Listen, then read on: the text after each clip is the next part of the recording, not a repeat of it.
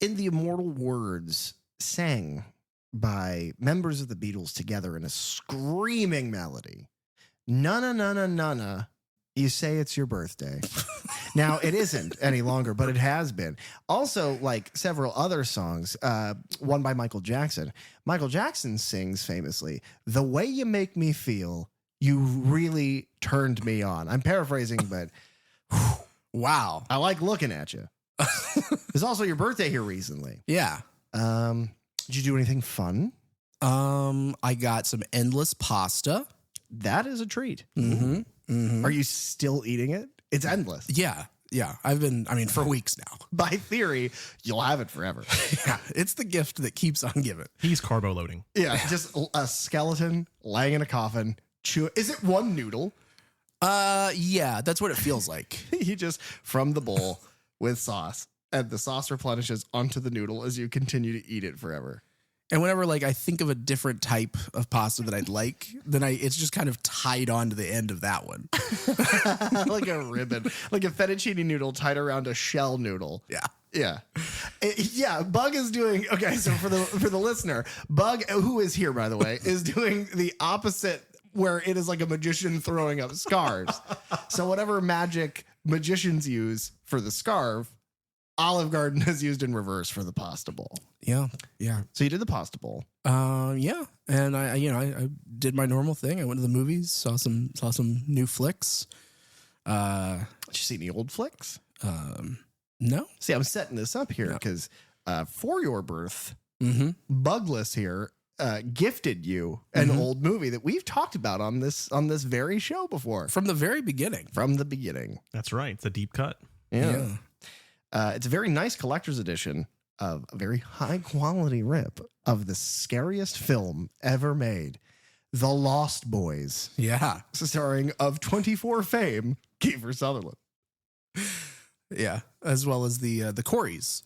Yeah. Yeah. Famous from the 80s. Famous from Tommy Jarvis. Now, what is your plan with these films? With this film specifically in its high resolution? Why would you assume there's some sinister plan behind this? Of course there's some sinister plan behind this. As you handed it to him, you had your hands steepled and you were like, so it seemed sinister by nature. Well, since I always bring a nugget of Derek's backstory when I come to this podcast, years ago, the year was 2003. Some of you may have not even been alive at that time. A lot of our audience is almost dead, so it's safe to assume that we're popular mostly in nursing homes. We sound just like their dementia. So the year was 2003, and I know I had mentioned before on the pod that Derek and I were not the best of friends back then.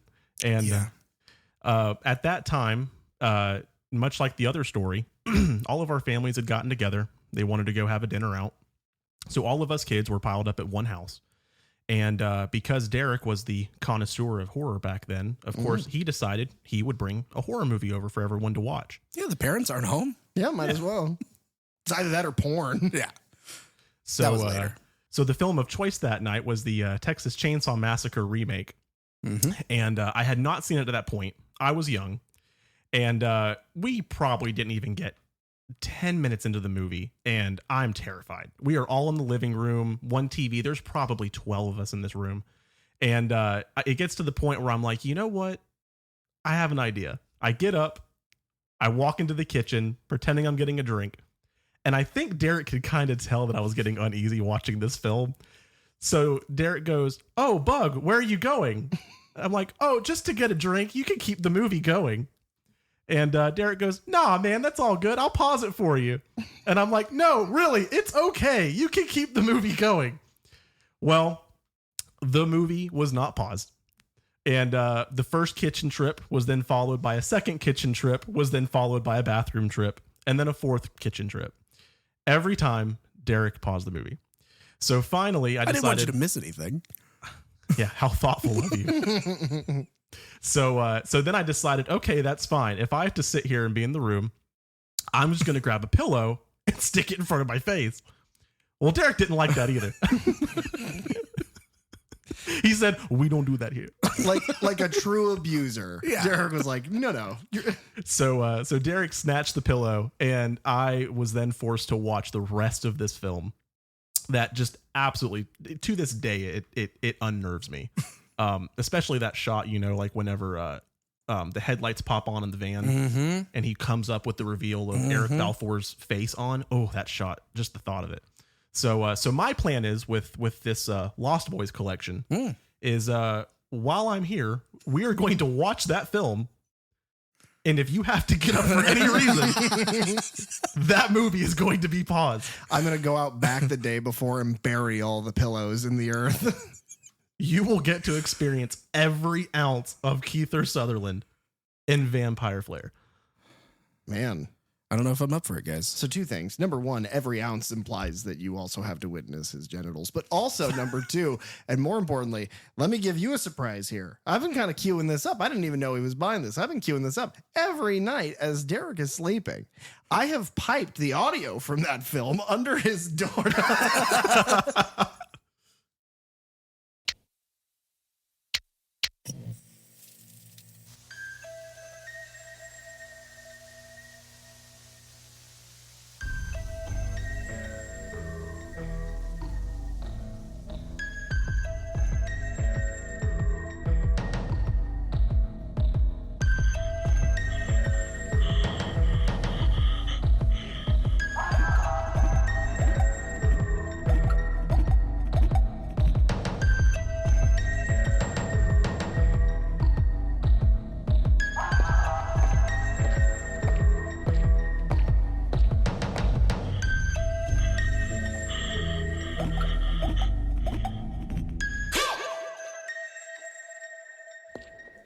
Hola, senores and senoritas, and welcome back to the Third Channel Podcast. Where we delve into the horror franchises you love from the perspectives of a lifelong horror fan. And a newbie to the genre. I'm Beans Morocco. And I'm Derek. And today, the only thing we're here to talk about is horror. Now, I will say that my name is PJ, but I felt like I wanted to get that out one last time. Yeah. If you're very confused, you have to listen to a review that you make. Because, see, this is a more popular movie.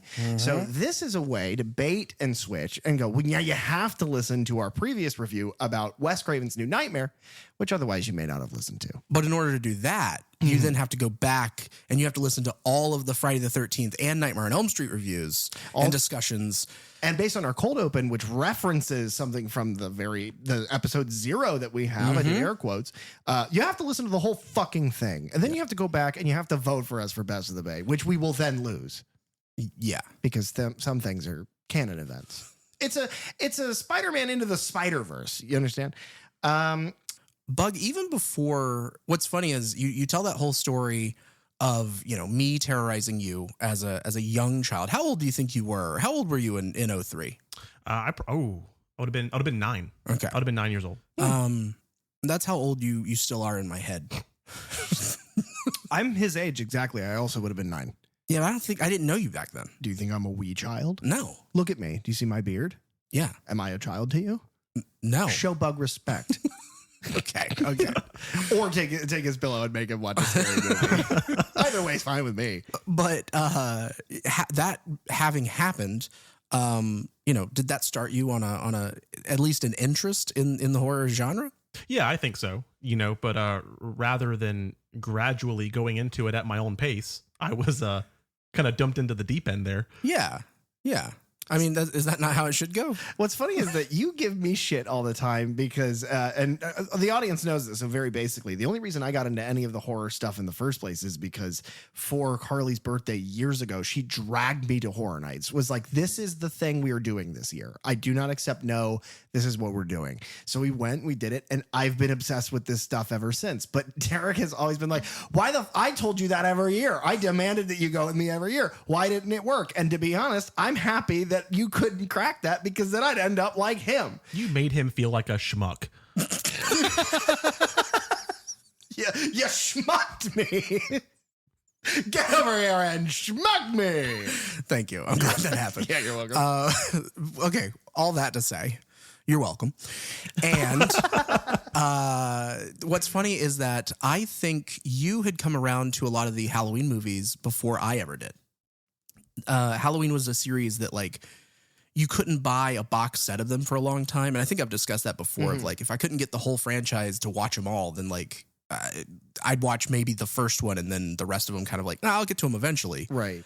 But what are your opinions on, because we talked to you originally with John Carpenter's Halloween from 1978. Our longest episode by a whole hour. Yeah. But we're going for the record tonight. No. No. We're going for record shortest. Yeah. Ladies and gentlemen, thank you for tuning in. This is the end of our... We recommend. But like, what are your opinions on like the Curse of Thorn, Yeah. timeline and things like that? The Mustafa Akkad of it all, if you will. I mean, I think we kind of touched on it before on the last review, but Halloween is one of those series where you do kind of pick your own adventure. For me, I think each of them kind of like tickled a different itch or scratched a different itch for me. I mean, I liked sci-fi as a kid. I was very much kind of to a degree I still am, but I'm kind of a black and white person. So I like to have answers. I like to have definitive reasonings for why things happen. And I think for a lot of people, when they watch those first Halloween films, they go, okay, this is why he does what he's killing. He has a sister. There is a connection. But why can't he die? Why does he do what he do? And so I think the Curse of Thorn trilogy, offers or tries to offer some of those definitive conclusions and reasonings. So I think for me, that answers that. But at the same time, I really love H1 into H2 into H20. Yeah. Like I really love that as a trilogy of films. Same. Love that. Which, I mean, I guess brings us to this is a newer film. Yeah. Typically we talk about, especially with this franchise, like most of them are back in the 90s. Yeah, I think the early 2000s. I think the newest movies that we've talked about have been Scream 6, Evil Dead Rise. And Megan. Yeah. Yeah. So this was, just prior to that kind of, came out in 2018, obviously. I saw this originally in theaters, October 18th of 2018, if I'm not mistaken. And I believe I saw this in, I don't have it in my tags like I normally do on, Letterboxd. I don't know if I saw it in Dolby. I don't know if there was an IMAX release, but I'm sure I saw it in some big format if I could. You saw it in 4D. Yeah. Yeah, Shrek was there. Bug, did you see this in theaters? I did. Yeah. I went and saw it the first time with my wife, and I went and watched it, and then I loved it so much. Humble brag. I loved it so much I went back and watched it again without her knowing. Oh. Are you revealing this now? Oh, cut that. No. Ty, leave that in. Leave it in. We've ruined him. Okay, so you both saw it in theaters. So I didn't. My story about this doesn't matter. It's the same story every time. What I will say is that when I watched it after a slog of very bad entries into this series. With H2O as kind of like a little oasis, but the rest of it was very bad. So I really don't like the majority of this franchise. Then coming to this one, it really was like, oh, this feels like a movie. This doesn't feel like a fan film or like, we got to make another one of these. It felt like, I hate using the term love letter because it feels cliche, but it really does. And I really enjoyed this one. So that's my bit. So I have questions for you guys because you both saw it in theaters. Seeing it in theaters and seeing that they were going back to this franchise after so long of not touching it, what's the level of excited? Is it like, how excited were you personally that they were retouching this one? How important was this being remade? And were you afraid about its quality going into it? Oh, that's interesting. No, I believe I was excited for it with the prospect of what it could be. Sure. Halloween is one of those franchises that once you've seen them all, you kind of realize, and the way that the timelines work out and the resets of this whole thing is like, basically every 10 years we have kind of a new attempt at Halloween. Yeah. And so this was just like, okay, yeah, we knew that the series wasn't going to be dead forever. This seems like one that's always going to come back in some way. Whereas like, even though at the time Jason had the Friday movies had more entries than this one, that, died and has stayed dead for longer. It didn't really take a break. It just kept going. And then there was a long break. And if you want to find out more about that, listen to our review on Freddy versus Jason, which again, you will already be doing because you have to listen to every review now. Yeah. Yeah. So I was excited for it. I was interested. The most interesting thing, obviously, about like the making of this, the first time you hear about, oh, they're doing a new Halloween, and it's wiping the slate clean. It's going all the way back to the original. It's a direct sequel. We're continuing Laurie Strode's, this is going to be the final confrontation between her and Michael, whatever, is that, oh, and it's written by Danny McBride. Yeah. Right.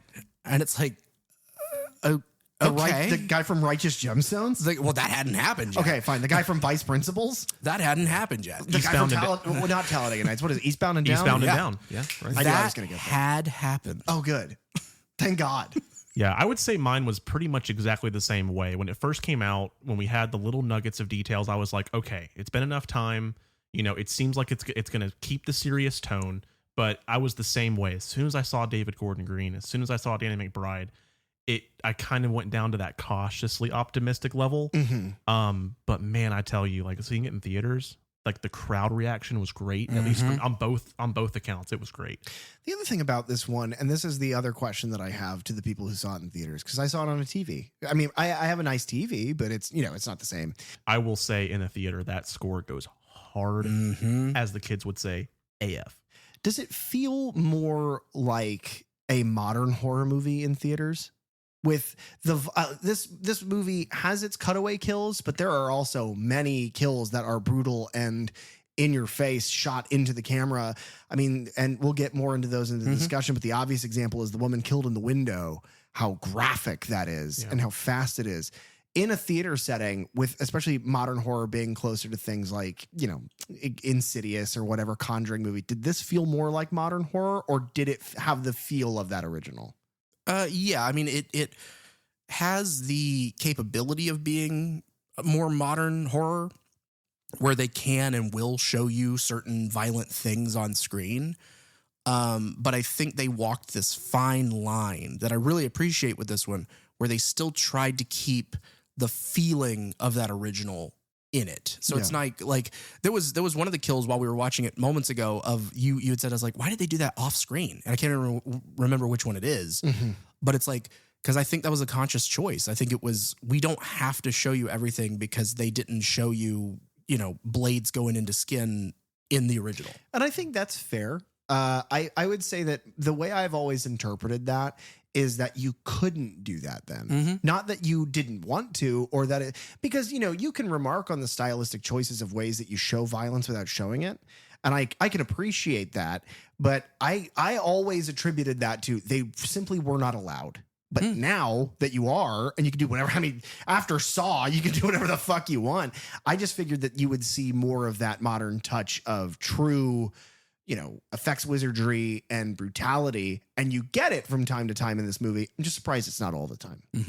Yeah. And I think to add to Derek's point too, it did. I think for me, this movie kind of felt like a bridge. It kind of felt like a bridge between, like you said, like the old kind of touchstones of the original, but with that modern kind of sleeker feel.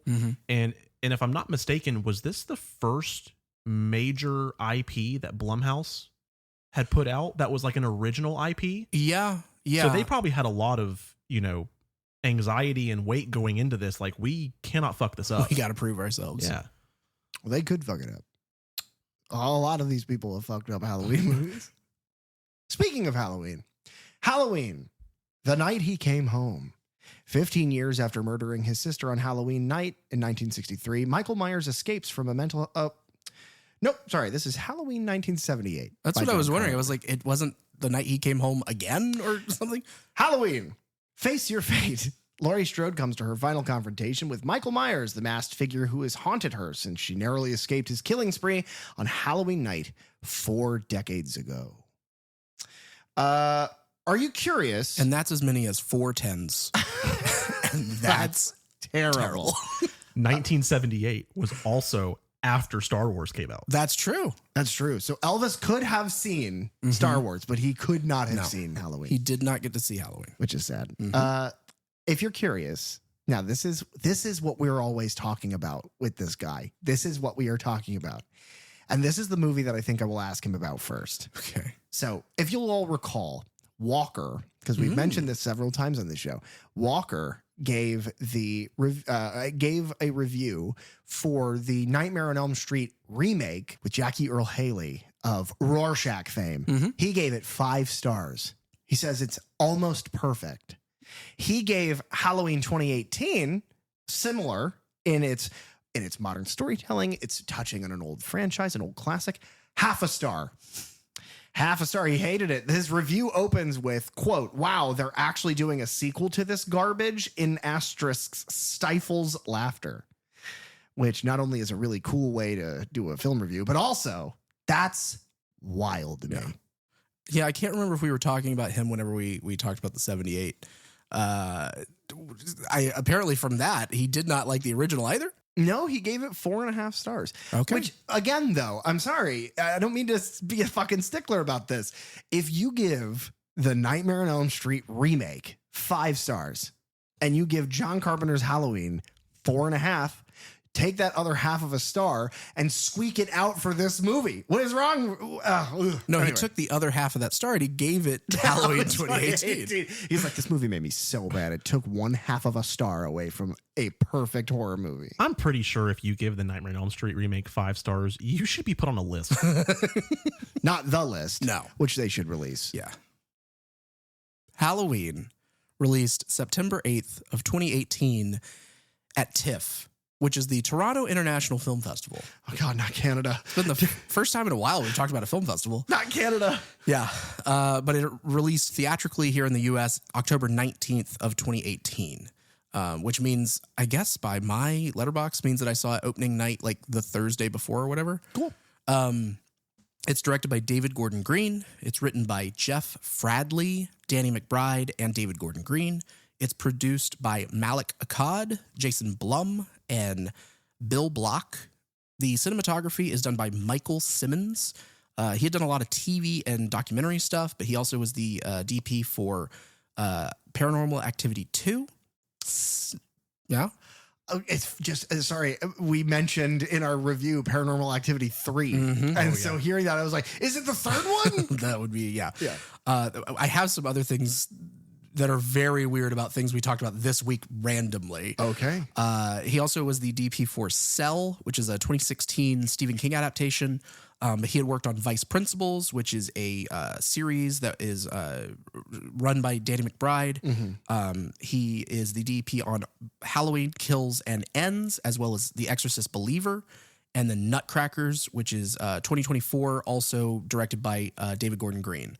And then he shot 18 episodes across all 4 seasons of The Righteous Gemstones. Okay. Including being cinematographer on all of the interlude episodes. Okay. Those are the best ones. Yes, they are. And then more importantly, way back when, he was the cinematographer for season 2 of The Whitest Kids You Know. What? Which Whoa. includes their magnum opus. What? Oh my God. What? As well as their movie, The Civil War on Drugs. What the fuck? Yes. Oh, that is so weird. And Bombshell. and also super weirdly important to the people at this table. Yes. That's bizarre. This movie was edited by Tim Alverson. He did Darkness Falls, which was the 2003 Tooth Fairy movie that I believe was mentioned by either or Alistair or Dylan. Yeah, but that movie terrified me as a kid. Oh, yeah? Yeah, that one scared me. I remember listening to the episode with Dylan, and I'm like, same. Like, that movie got me, man. I have never seen it. What? He also edited Shudder in 2008, Orphan in 2009, Insidious Chapter 3, Sinister 2, Insidious The Last Key, The Forever Purge, and then Firestarter, Halloween Kills Ends, Exorcist Believer, as well as a couple other movies for Blumhouse. Now, I watched the trailer for Exorcist Believer. How much of that is in the final movie? Not much. Okay. The budget for this film is $10 million. God damn, that's it? Which the last Halloween film that we spoke about on this show was Halloween Resurrection, which had a budget of $15 million in 2002. Yeah. This film cost 30 times the budget of the original Halloween, which cost about $300,000. That's crazy. But the box office for this movie is $259.9 million. Which is why they were like, 2 more, please. Yes. We'll have 2 more. David Gordon Green, the writer-director, he had done a movie, an independent drama called George Washington in 2000, and that kind of got him started as director. And then he did Pineapple Express in 2008, Your Highness in 2011, which also starred Danny McBride, The Sitter, which was Jonah Hill. So all comedies. But then he directed he was the executive producer on Eastbound and Down, Vice Principals, and eventually Righteous Gemstones. But he would later then do Halloween, Halloween Kills, Halloween Ends, The Exorcist, Believer, and then in 2024, a movie with Ben Stiller called Nutcrackers, which I think is a Christmas movie. Which is crazy Mhm. because doing the 3 Halloween films for Blumhouse, then an Exorcist movie, Which was supposed to be the start of another trilogy. just this meteoric rise. Mm-hmm. And then he's doing a Christmas movie with Ben Stiller. That I have not heard of until looking at these notes. So what does that mean about Halloween Kills, Ends, and Exorcist? Does that mean they're amazing? So the other writer, Jeff Fradley, he had also he had written 6 episodes of Vice Principals and then 17 episodes of The Righteous Gemstones. He was also an executive producer on that.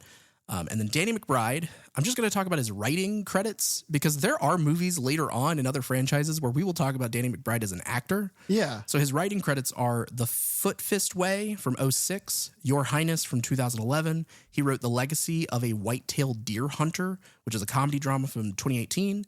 And then he was like the showrunner and like main actor in Eastbound and Down, Vice Principals, and The Righteous Gemstones. And then he also wrote the story for Exorcist Believer. What's funny is that you can see his touch of horror in that Vice Principals show. Mm-hmm. You That's the one of those 3 shows that I haven't seen. You definitely see It's it in Gemstones because he Yes. does a lot of, like, especially I think it's the 3rd season with like, it's like a doomsday cult. Mhm. And it's like, there are scary moments in that. Shot really well, shot really, kind of suspensefully. So you can see kind of a taste of that in Vice Principals as well. Just mania and certain characters are like kind of psychotic. But I mean, 2017 is Get Out, I think. And I mean, Jordan Peele, who is like sketch comic guy coming out and doing something that is so impactful in this world. It's like Danny McBride stepping up and hitting this one so hard. It's like, man, he must be very good at this. Mm-hmm. Hopefully that trend continues. Yeah, that's a good point. The producer, Malik Akkad, is the son of Mustafa Akkad, famed or infamed. Mustafa There's no Akkad- way that's that word. I mentioned this in a recent review. I don't remember if it was the last or second to last, but as my 12-year-old would say, Mustafa Akkad was an op. Yes. Yeah. But Malik Akkad, he started as a production assistant on Halloween 4, an associate producer on Halloween 6 and H20. He was a co-producer on Resurrection. He was a producer on Rob Zombie's Halloween and Halloween 2. And then on Halloween, Halloween Kills, and Halloween Ends. Truly a Noel L. Cunningham success story. Yes. Producer Jason Blum, we've talked about a little bit on the Megan discussion, but he is head of Blumhouse Productions, which, their franchises are Paranormal Activity, Insidious, The Purge, Black Phone. We're about to get Black Phone 2. He's worked with Scott Derrickson on those. He's worked with Mike Flanagan on Oculus, Hush, and Ouija, Origins of Evil. He's worked with M. Night Shyamalan on The Visit, Split, and Glass. Jordan Peele, like you mentioned there, with Get Out and Us. And then Christopher Landon with Happy Death Day and Freaky and a couple other things.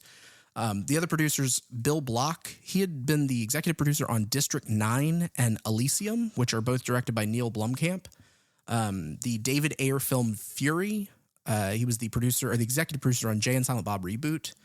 And then he also worked with Guy Ritchie on The Gentleman and Wrath of Man. And then I think PJ already mentioned it, the music for this film done by John Carpenter.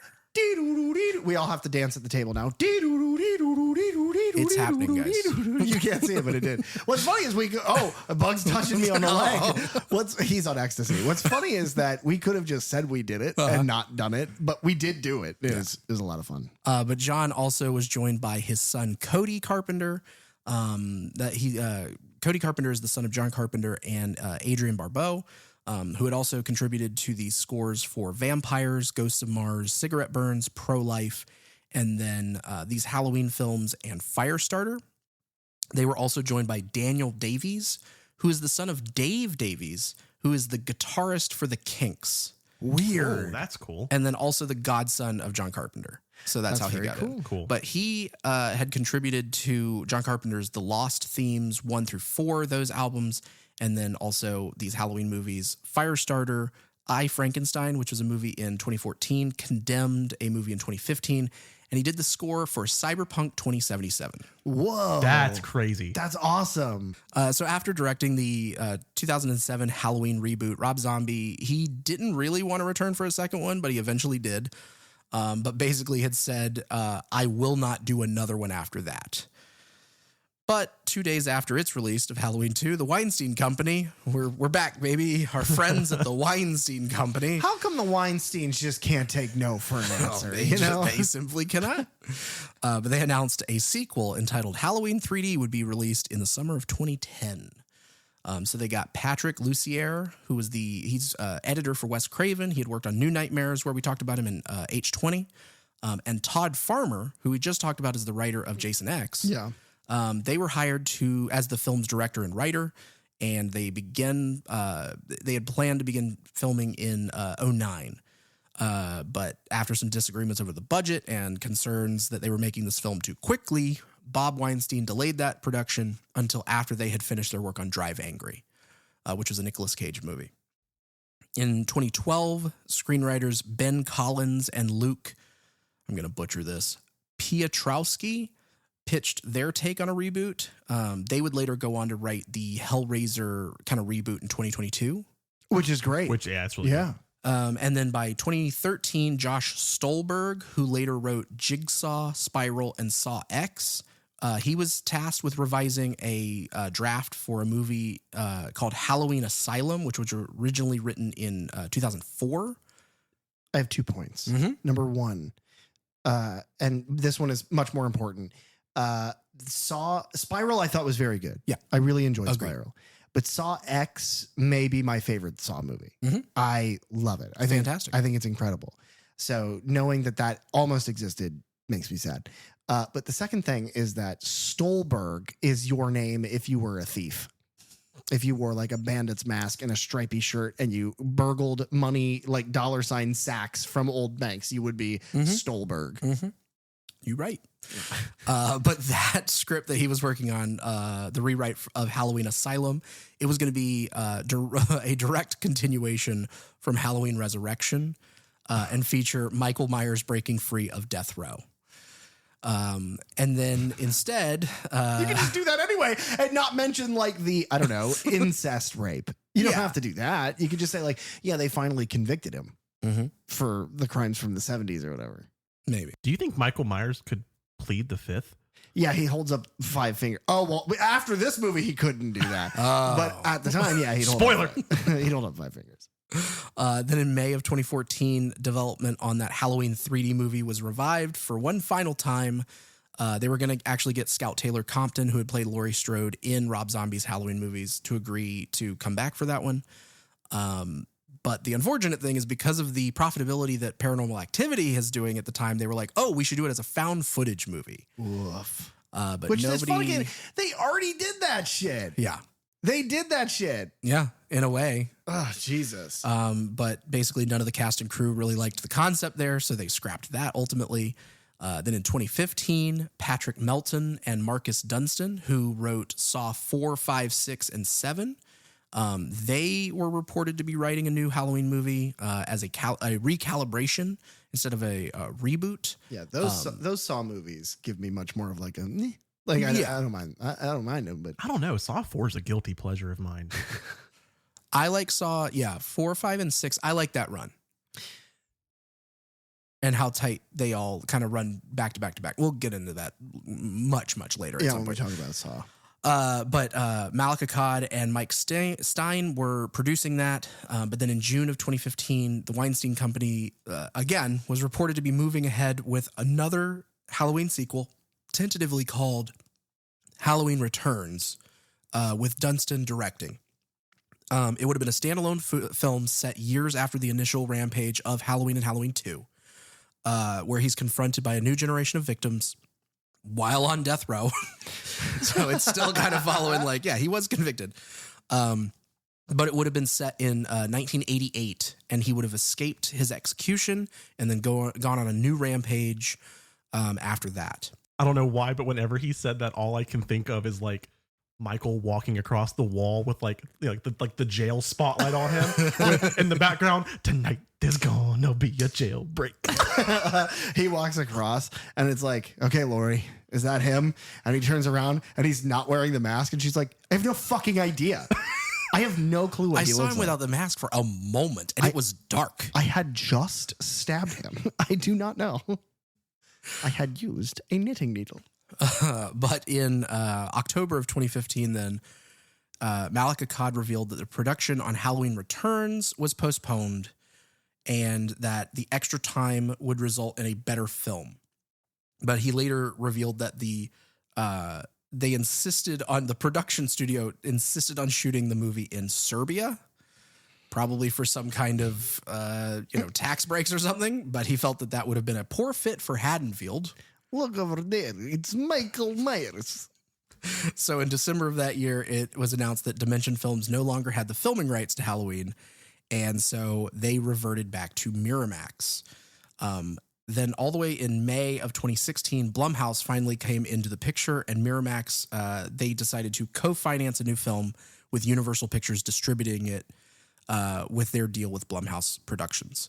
So Jason Blum, he had called the original Halloween a milestone, and that had influenced his company into making horror movies in the first place.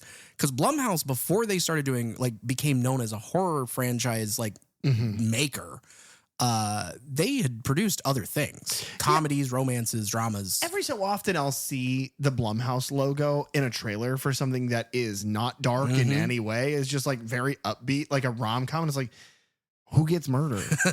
Which one of them is a ghost? Who has Patrick Swayzed, And so so this was something that they had sought out because of his success with some horror stuff. But that is the grand jewel of, movies, of horror films. So John Carpenter signs on as an executive producer in 2016. And he has described his intention there to say, 38 years after the original Halloween, I'm going to help try and make the 10th sequel the scariest of them all. And this is the first time that he has actually done anything with the Halloween franchise since producing 1982's Halloween 3, Season of the Witch. He had said that he hadn't even seen all the sequels, but it really just it finally occurred to him of if they're gonna just keep making these things, why don't I step in and just try and make one as good as I can? So in February of 2017 is where David Gordon Green and Danny McBride were announced as the screenwriters for the film, with Green directing and then John Carpenter advising on the project. Carpenter, they had pitched it to him. They basically wrote it with the idea of we have to impress John Carpenter, and then we have to impress Jamie Lee Curtis to get them on.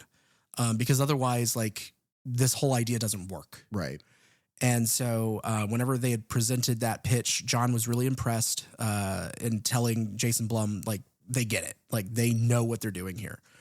They had brought in a UNCSA colleague of theirs, Jeff Fradley, to co-write the script. And they had decided that instead of rebooting the series again, they would just continue the mythology of the first. Originally, they were going to take into account Halloween 2, which most of them do. And then that eventually was just no, it's let's just go back to the original, with Danny McBride saying, remaking something that works isn't a good idea. Right. There's no reason to remake something that is already good. So why don't we reimagine something instead? What I think is funny is they do reference to, but they reference to in not a mocking way, but in yeah, we know. We're not doing that. They shut it down immediately. Yeah, I like the scene where they do that. It's really good. It's funny. It's good. It's a bit of levity. It's good dialogue. But yeah, they are pretty clear about that. And I think it's a good idea. I think the decision to cut that out of the mythos for this trilogy is smart. Yes. And they reference, honestly, they try and make little references to most of the films in the franchise in one way or another. Obviously, like we've talked, David Gordon Green and Danny McBride, they are kind of known for their comedy roots. So there was a little bit of worry, I think, off the top that maybe it was going to be too jokey. But Danny, had said, like, basically there's maybe one joke on the page. The rest is just straight horror. Like, and Jason Blum, whenever he kind of took that into consideration, he has a quote saying, good horror movie directors are good directors, whether they've made horror or not. Like, if they're a good director, they're going to do a good job here. Sure. And so he let them kind of spread their wings and do it. A good point to that is Spielberg. Yeah. Spielberg with his work on, I mean, it's the old discussion of, did Tobe Hooper direct or did Spielberg kind of spiritually direct Poltergeist? And Spielberg's work in the movie is visible, and that's incredible. Same with Jaws. Jaws is straight up a horror movie. Yeah. And he would go on to make E.T., and E.T. is the scariest horror movie of them all. Remember, guys, we're still waiting on your votes to decide who wins the fight between the immortal Jason Voorhees and the immortal E.T. Vote below in the comments. In September of 2017, Jamie Lee Curtis then confirmed that she was going to reprise her role as Laurie Strode. They weren't sure if she was going to come back originally, so they busted their ass, as the quote lies, to really make it to where Laurie Strode's character was something she couldn't say no to. But she has stated in interviews, like, by page 4, I knew I wanted to do this. That's cool. They got it, And then also it's that thing of, like, she felt that it was appropriate after this amount of time to kind of revisit this character. And I think it was a very similar thing of her doing H20, of like, enough time has passed. Let's check in on this character who started it all for me. Sure. Also, talking about making that bag. Yeah. She also is like an executive producer on this movie. And that was another stipulation, because I know with H20, she was like, that is where I made my mistake. I didn't make money off of it like that. Yeah. So with this trilogy, I got my name on there in more ways than just Laurie Strode. Good for her. Bug, with all that money, what do you think she bought?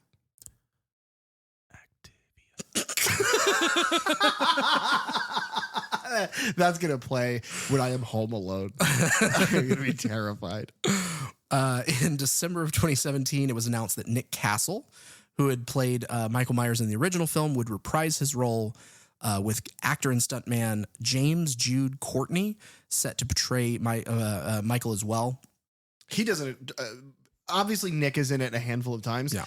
But Courtney is fucking incredible. Yes. Yeah, he's good. He was suggested by Malika Cott and David Gordon Green by a stunt coordinator, Ron Hutchinson, for his ability to do both physical stunts and acting. And Green had basically explained to him, like, his vision of Myers' mannerisms and kind of taking what Castle had done in that original performance and then giving it a like cat-like style of movement. And Courtney has referred to collaborating with Castle as an honor, with Castle describing it as a passing of the torch. Love that. Yeah, I think there's no better way that could have been handled. No, none at all. And I know the scene, there's speculation about what scenes Nick Castle was in this movie, but the one scene, and we'll get to it in the review, but the one scene that he is confirmed in, it's amazing that that's where he was in that movie. It's fucking incredible.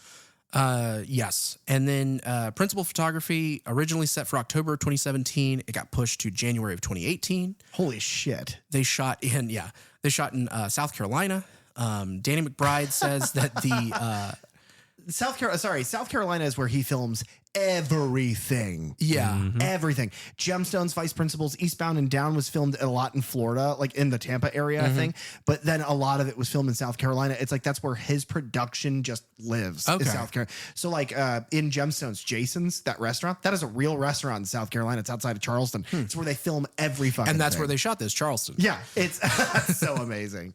But he said that he wanted to really create a sense of tension and dread to the audience, rather than just relying on the graphic violence and makeup, which those effects were done by Christopher Nelson in this film. Christopher Nelson, he's done makeup work on Kill Bill Volume 1 and 2, the first Pirates of the Caribbean film, Sin City, Thor: The Dark World, The Amazing Spider-Man, Deadpool, Guardians of the Galaxy 2, and he earned an Academy Award for his work on David Ayer's Suicide Squad in 2016. Woof. And the other thing that's crazy is that he also is the cop with the brownie in the movie. Oh, wow. Yeah. The one whose head gets turned into a pumpkin. Yeah. That's He crazy. becomes a pumpkin. Pumpkin chunkin. Rather than trying to copy the design of the original mask, because Christopher Nelson is the one who designed the mask. Fantastic. And so instead of just trying to copy that design, he tried to recapture what he described as the visual feeling of it. Because this is set 40 years after the events of the original, he studied like what the decomposition of a 40-year-old mask would look like. Like latex, yeah. And so he kind of took that and, making, the cracks and the folds and the things like that. And it's one of those other things, and I think we might have talked about this originally, is like that mask is one of those things where like every single angle that it's photographed from, it looks different. It has a different, you read something else, a different emotion, a different feeling from it, depending on how it's lit, depending on where it is. It's also Mona Lisa-esque in the way that it feels sometimes that it is smiling. It feels like there are moments where he's calculative and whatnot, but this movie is different from the original in that sometimes it does look like that mask is enjoying itself. We always talk about the masks. Anybody who watches the show will know I'm fucking obsessed with horror masks. The visual, the culture of them, I'm obsessed with them. Something I love so much about this is my favorite iteration of Michael. This film. It is sinister and disgusting and violent, and at the same the description that you use from the creation or the actor who portrayed him, the cat-like movement, this feels that way. It feels cunning. But I also love all the detail in it. I love that there is the neck hole where he's stabbed in the neck with the knitting needle. That's in the mask.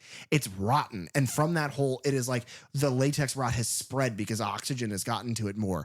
The glue of the hair has fallen. So there are patches where you can see It's like, separating. Yeah, everything about it is fantastic.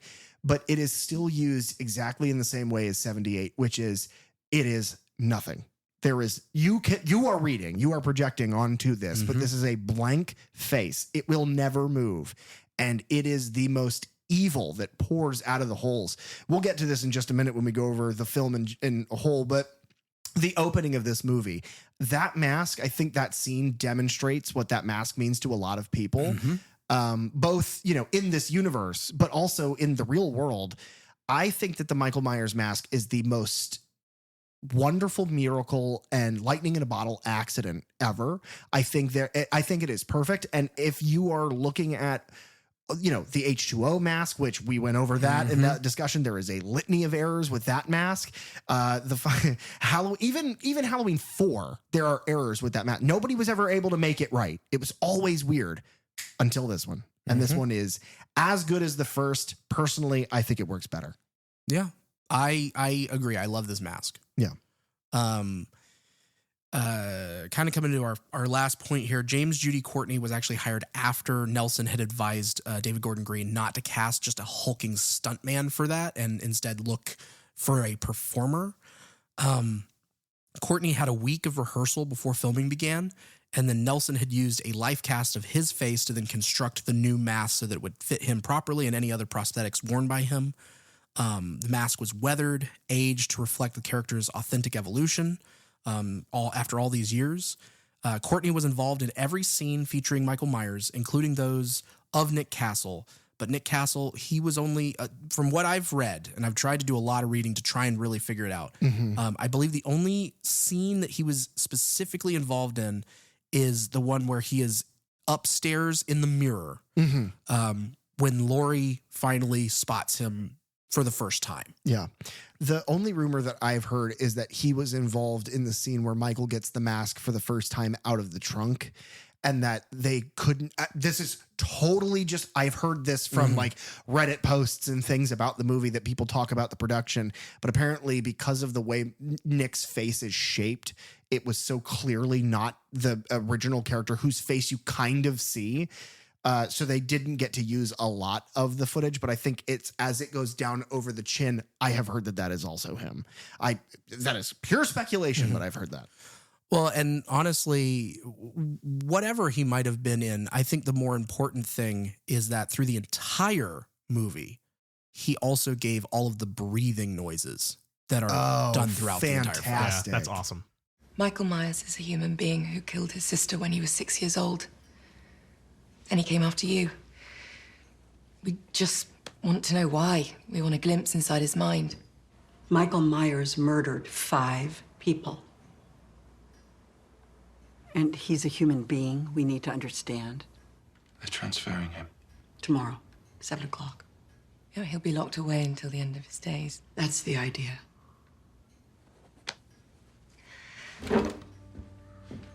Laurie, we saw him. We met with Michael. I showed him the mask. There was nothing. No response, nothing. He won't talk to anyone. Never has, but I think he might speak with you. Our clip there is shortly after the opening of this film, because we begin with 2 podcasters. Which is, for the record, the podcast that they're creating is called the Fourth Channel Podcast, which is interesting because we're a whole channel before that. Yeah. Good for us. Yeah, they do a true crime podcast. Yeah. And they are visiting Smith's Grove to talk to a Dr. Ranbir Sartain, Rahir. something like that. But they are there to basically, like, the whole sticking point of their podcast is like we're looking back into these cases to in this case question Michael about what had happened and see if they can glean anything from him after all these years. Yeah, I think the scene is good because the very opening of the movie sets the precedent of what the theme of the movie is about, which is, why did it happen? We need to hear it from him. Why did it happen? Unfortunately, as the doctor says, basically the opening shots are really good. They're very sterile. Smith's Grove looks nothing like it used to. Now it looks like a giant prison. Before, it looked like the outside of maybe a production office that they threw a sign on. I can't prove that. All right. But I'm Yeah, I think this is easily, from the writing, like the dialogue, the direction, and the editing of that opening scene. I think it's one of my favorite opening scenes of any horror film. Yeah, it's very good. It builds. It's a very slow. It's very clinical. The doctor's standing and he's speaking to patients, and it's kind of shot from the perspective of somebody looking into that window. And then slowly the camera moves around and we see who's looking. And it's, our first protagonists, the first people that we're following. I don't know their names. It's Domhnall Gleeson, I know, is the guy who played. And he was in Star Wars, and he's in the new Office or whatever it is. No. A different redheaded you Irishman. thought that was General Hux? Yeah, he's the spy. Aaron Corey is the character's name. He's played by Jefferson Hall. He was in the 2009 Sherlock Holmes film with Robert Downey Jr. Is he? I have no idea. I haven't seen it. He was also in he was in a couple episodes of Game of Thrones. He plays Sir Hugh of the Vale. No idea. Yeah. I spot him now. He just has to be a background somebody. Now, what's funny is that he is in The Force Awakens. What? He has like a smaller part in that. Okay. He was in Christopher Nolan's Tenet. Okay. And then later he's also in Christopher Nolan's Oppenheimer, because he's a white man in Hollywood, so he was in Oppenheimer. But then he was in House of the Dragon as well, playing twins, Jason and Tyland Lannister. Weird. Yeah. What I will say is, I don't think you said he's got a small part in Force Awakens. I don't think General Hux is a small part. He's like kind of the main antagonist. Right, we're saying they're not the same person. They're different actors. What? Anyway. And then the other, his partner there is Dana Haynes. She's played by Ryan Reese. She was in Nope in 2022, the Jordan Peele film. She was also in Babylon, and she was in Rebel Moon, both part 1 and part 2, which is like Zack Snyder's Netflix Star Wars ripoff movie, which Elvis would not have been able to see. No, he passed away too early. Yeah. But they're meeting with Dr. Sartain, who's played by Haluk Bilginer. I butchered it. I'm sure he's a Turkish actor. Bill Shiner is like, that's so fucking Again, I'm probably mispronouncing it. Yeah. I apologize. Yeah, they had to censor him out because in movies you can't show a bulginer, you know?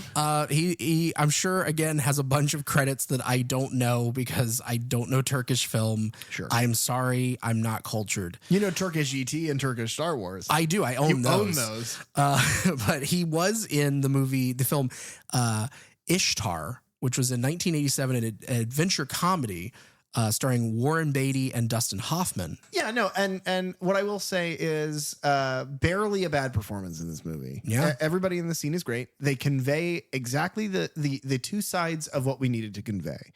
He is conveying authority, and right from the beginning, you're like, the way you're describing your relationship with this guy is bizarre. Yeah. Not bizarre in like your traditional bizarre way, but like there is something unhealthy about the intrigue he provides to your life.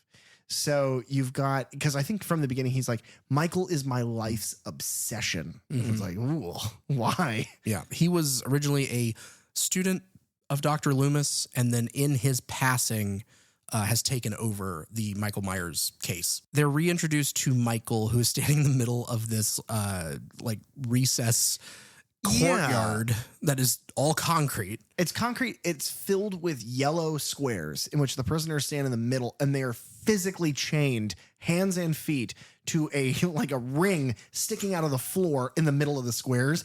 It's like, why bother? Keep him in their cell and put a fan on him. What's the difference? No, they get time in the yard. Well, great for them. Yeah, they get a healthy diet. They can sun, rattle their chains. exercise. One of them's got a fucking umbrella. Yeah, it's hot out there. It's in direct sunlight. They don't even have any like covers over them or anything. Then bring him back inside. He just thinks he's Mary Poppins. Oh shit, easy on, dude. That's how he's getting out. Believes he can fly. But yeah, they are there to, in this case, question Michael. And they have brought his mask. Yeah. And this is kind of what I was alluding to when we were talking about that, which is General Hux takes the mask out of his bag and he's like, I brought something. And he's holding it up and he's like, you can feel it, right? You feel it calling to you. And it's very much this like, this is important to you, right? Right? How important is this to you? Now, are you talking to me in this moment? No, I'm talking as General Hux to Michael Myers. Okay. And he's sitting there and Michael kind of, at one point, Michael turns his head a little bit and then every like inmate in the yard just starts freaking the fuck out. Now, but I have an answer for that, though. Okay. See, I think we're led to believe it's the mask. But if you notice, there is a small shot right when everything starts to go in uproar. There is a barking dog in the corner of the yard. And as we all know, Michael loves him a dog. So what he turns his head for is not, it's like he holds up the mask, the dog starts barking, Michael's stomach growls audibly and he turns his head and they're like, look, it's the mask. And then he swallows the dog whole. We never see that dog again, so we have to No, we assume don't. so. Like a cartoon, Michael picks the dog up by his tail, puts him into his mouth, and then pulls out a dog's skeleton. And something else too, PJ, that you had mentioned before with Sartain describing his relationship with Michael. I love when they're outside. There is a very quick shot, but as Aaron is going to open the messenger bag and pull the mask out, he looks back at Sartain, almost as if like, is it like, are we cool? And Sartain's like, he just kind of nods, like, let's do it. Yeah, like, let's provoke him. Let's try to. So at that point, you're like, this guy, I got an uneasy feeling about this guy. He is the opposite of Loomis. Loomis wanted to keep Michael in the dark. If he couldn't get him killed, which is what he wanted to put him in a closet and never think about him again because he is a threat to the humans around him and will always be. Sartain, however, seems to be like, yeah, fucking prod him. Get him to do something. I need him to do something because Loomis got to see that. And Sartain never did. Well, I think the quote is, Loomis got to see him in the wild, and I never did. Yeah. And I think he just wants to see the monster because that's what intrigues him. Later in the film, he even says, like, I am more intrigued about the way the crimes Michael has committed have affected him. What did he feel? Was it pleasure? I need to know that. And it's just this obsession. But yeah, he pulls the mask out. All the inmates go absolutely fucking buck wild, but the scene kind of just hard cuts out. Yeah, I love it so much. The way that tension ratchets up, just beat to beat to beat. And it's pretty quiet until the mask comes out. And then I think we have a little bit of score. And then once he is screaming at Michael, it hard cuts to credits, and that original Halloween theme just kicks in full. Yeah. Let's start dancing. Okay, ready? Oh, we're doing it, guys. Believe us. Halloween, believe us.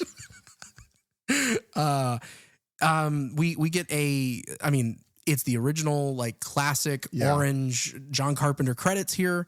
Very, very much how it was in the original, except we were watching the reverse decomposition of a jack-o'-lantern. Which I love it so much because to me that says we're bringing it back. We're bringing it back, baby. We are breathing life back into this fettered, rotten pumpkin.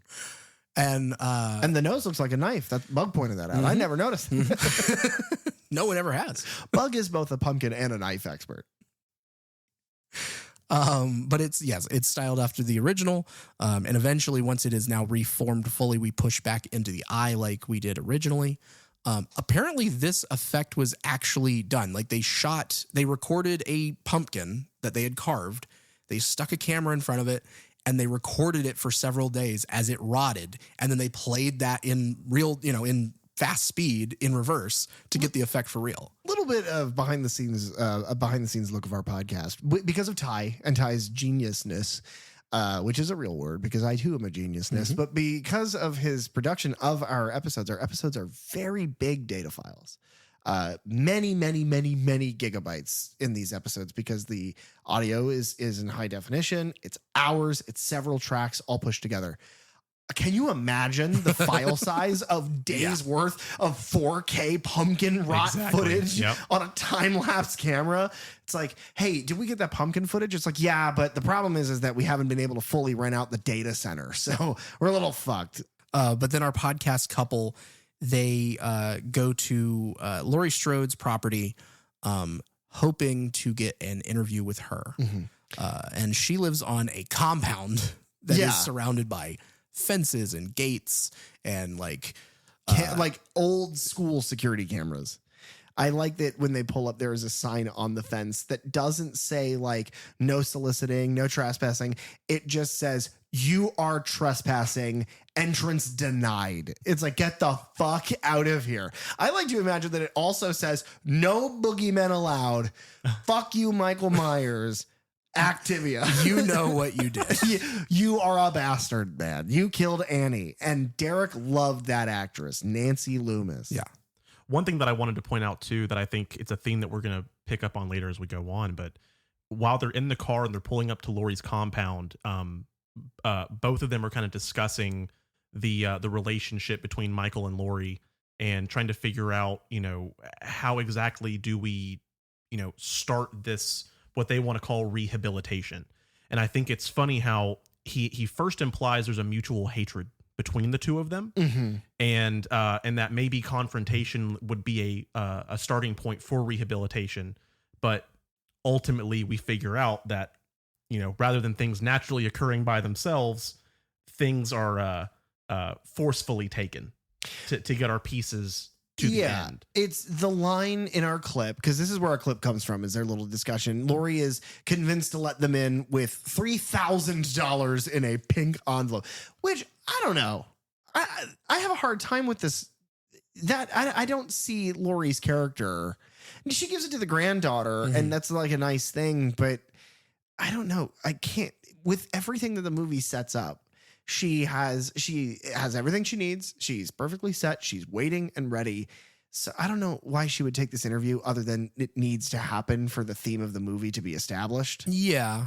And, they make that distinction of Michael Myers being human here. Again, kind of in a way taking us back from like, hey, just so you're aware, like this is only tying to the original. We're not tying us to any of the fantasy stuff. He is not the man in black. Yeah, he's none of that. No Curse of Thorn. Yeah. But she does still call him the boogeyman. So in her head, he still has like this fantastical title. Yeah. Even though she is treating him and she believes we should treat him as a human being. It also establishes the strained relationship she has with her family, which they touch on a handful of times. Jumping ahead just a tad about the way she views Michael. She's at a dinner Laurie comes to a dinner, and it's like the first time she's been to a family outing in a long time. And it's a believable relationship. People have estrangement with their families because of the way that those people maybe handled trauma or just their lives. But she, in that dinner moment, she calls him the shape. I saw it. I saw the shape. And it carries that sort of the way we have all described it. And it's like, yeah, I mean, I think all that's fair. It's good cinematography too. And to be completely honest, I think the writing in this movie is impeccable. That is the only thing in this film that I think felt shoehorned to me, was that she calls him the shape. Oh, really? That felt shoehorned to me because they never call him the shape in the original. Yeah. That to me seems like everybody calls him the shape. That's what we refer to him as. And that to me, just the way she says it, she could have said the boogeyman, Michael, but the way she says the shape, to me, I'm just like, I don't know. That's just my personal feeling. I think it works for me only in the sense that as they're shooting the scene where she's witnessing the horror of him having escaped, she looks out the window, and in the blaze of it all, you see a sort of silhouette of him for just that moment. And it is like, I picture, if you have the kind of trauma that she has, if you survive a butcher, a serial killing, and you have been stabbed and sliced and pushed and thrown and all of these things by this man in a mask, I think when you close your eyes, you see that. And the details wear off over time. And she's trying to block out as much as she can. And so at this point, he has become just a shape to her. Yeah. All that's left is this phantom. And I think that's me wanting it to work. Yes. Because I love the fact that he is described as the shape. Same. That is because, man, you saying that, I'm like, oh, you're not wrong. But like, from the very first time I saw this, I love that they use the shape. And I love that later Hawkins says the babysitter murders. Yeah. Like, those are my two. And I'm just like, oh, they did it, guys. You know what? We mentioned this in a couple reviews ago. They call in Freddy Versus, they give Freddy the title the Springwood Slasher. Right. Which I think he would have been called, because nobody's going to be like, he is the Freddy Krueger. He's got a sister wife. You understand? He married his sister. And then he became a dream demon. And Michael, in a weird way, married his niece. God, these guys are all fucked. Yeah. None of them ever have a holiday, They never took a vacation. They never calmed down. No, Michael has a holiday. Halloween. Oh, Jason does too. Yeah. Easter. He hides because eggs. he keeps resurrecting. Yeah. Oh, that's good. I didn't even think of that. We're now introduced to the Nelson family. Allison Nelson's played by Andy Matichak? Yeah, that's got to be how it's pronounced. She hasn't been in a whole lot. Much like in the original when they went with Jamie Lee Curtis as a complete unknown, they went with a complete unknown here as well. Later, she would be in a sci-fi horror film in 2019 called Assimilate. She was in a horror thriller in 2021 called Sun, and she was in a war drama in 2021 called Foxhole. And her mother is Karen Nelson, played by Judy Greer. The first time I ever saw Judy Greer was in M. Night Shyamalan's The Village in 2004. The first time I saw her was Arrested Development. Yes, that would probably be my as George Sr.'s assistant. Mm-hmm. She was in the Wes Craven directed, Kevin Williamson written 2005 werewolf film called Cursed. She was in the 2013 adaptation of Stephen King's Carrie. And then most recently, she was in The Long Walk, another Stephen King adaptation that came out in 2025. She's also a voice actress. She's in a million voice performances. And she's in she's in Jurassic World. She plays sister of Bryce Dallas Howard's character. Okay. Which she also plays the sister of Bryce Dallas Howard's character in The Village. Interesting. Wow. Yeah, it's weird that it happens Are they twice. married? Are they sister wives? If only. Oh my God, Derek, no. And then the Hayden husband. Panettiere. That's all it takes. She's coming back for Scream 7, baby. I know. Anyway, the husband in this family here is Ray Nelson, played by Tony Huss. And I had a mind-blowing experience in our last rewatch because I know this guy from several things. I've seen him in a lot of things. Recently, we have seen him in Weapons. This year, 2025, he plays the sheriff. Yep.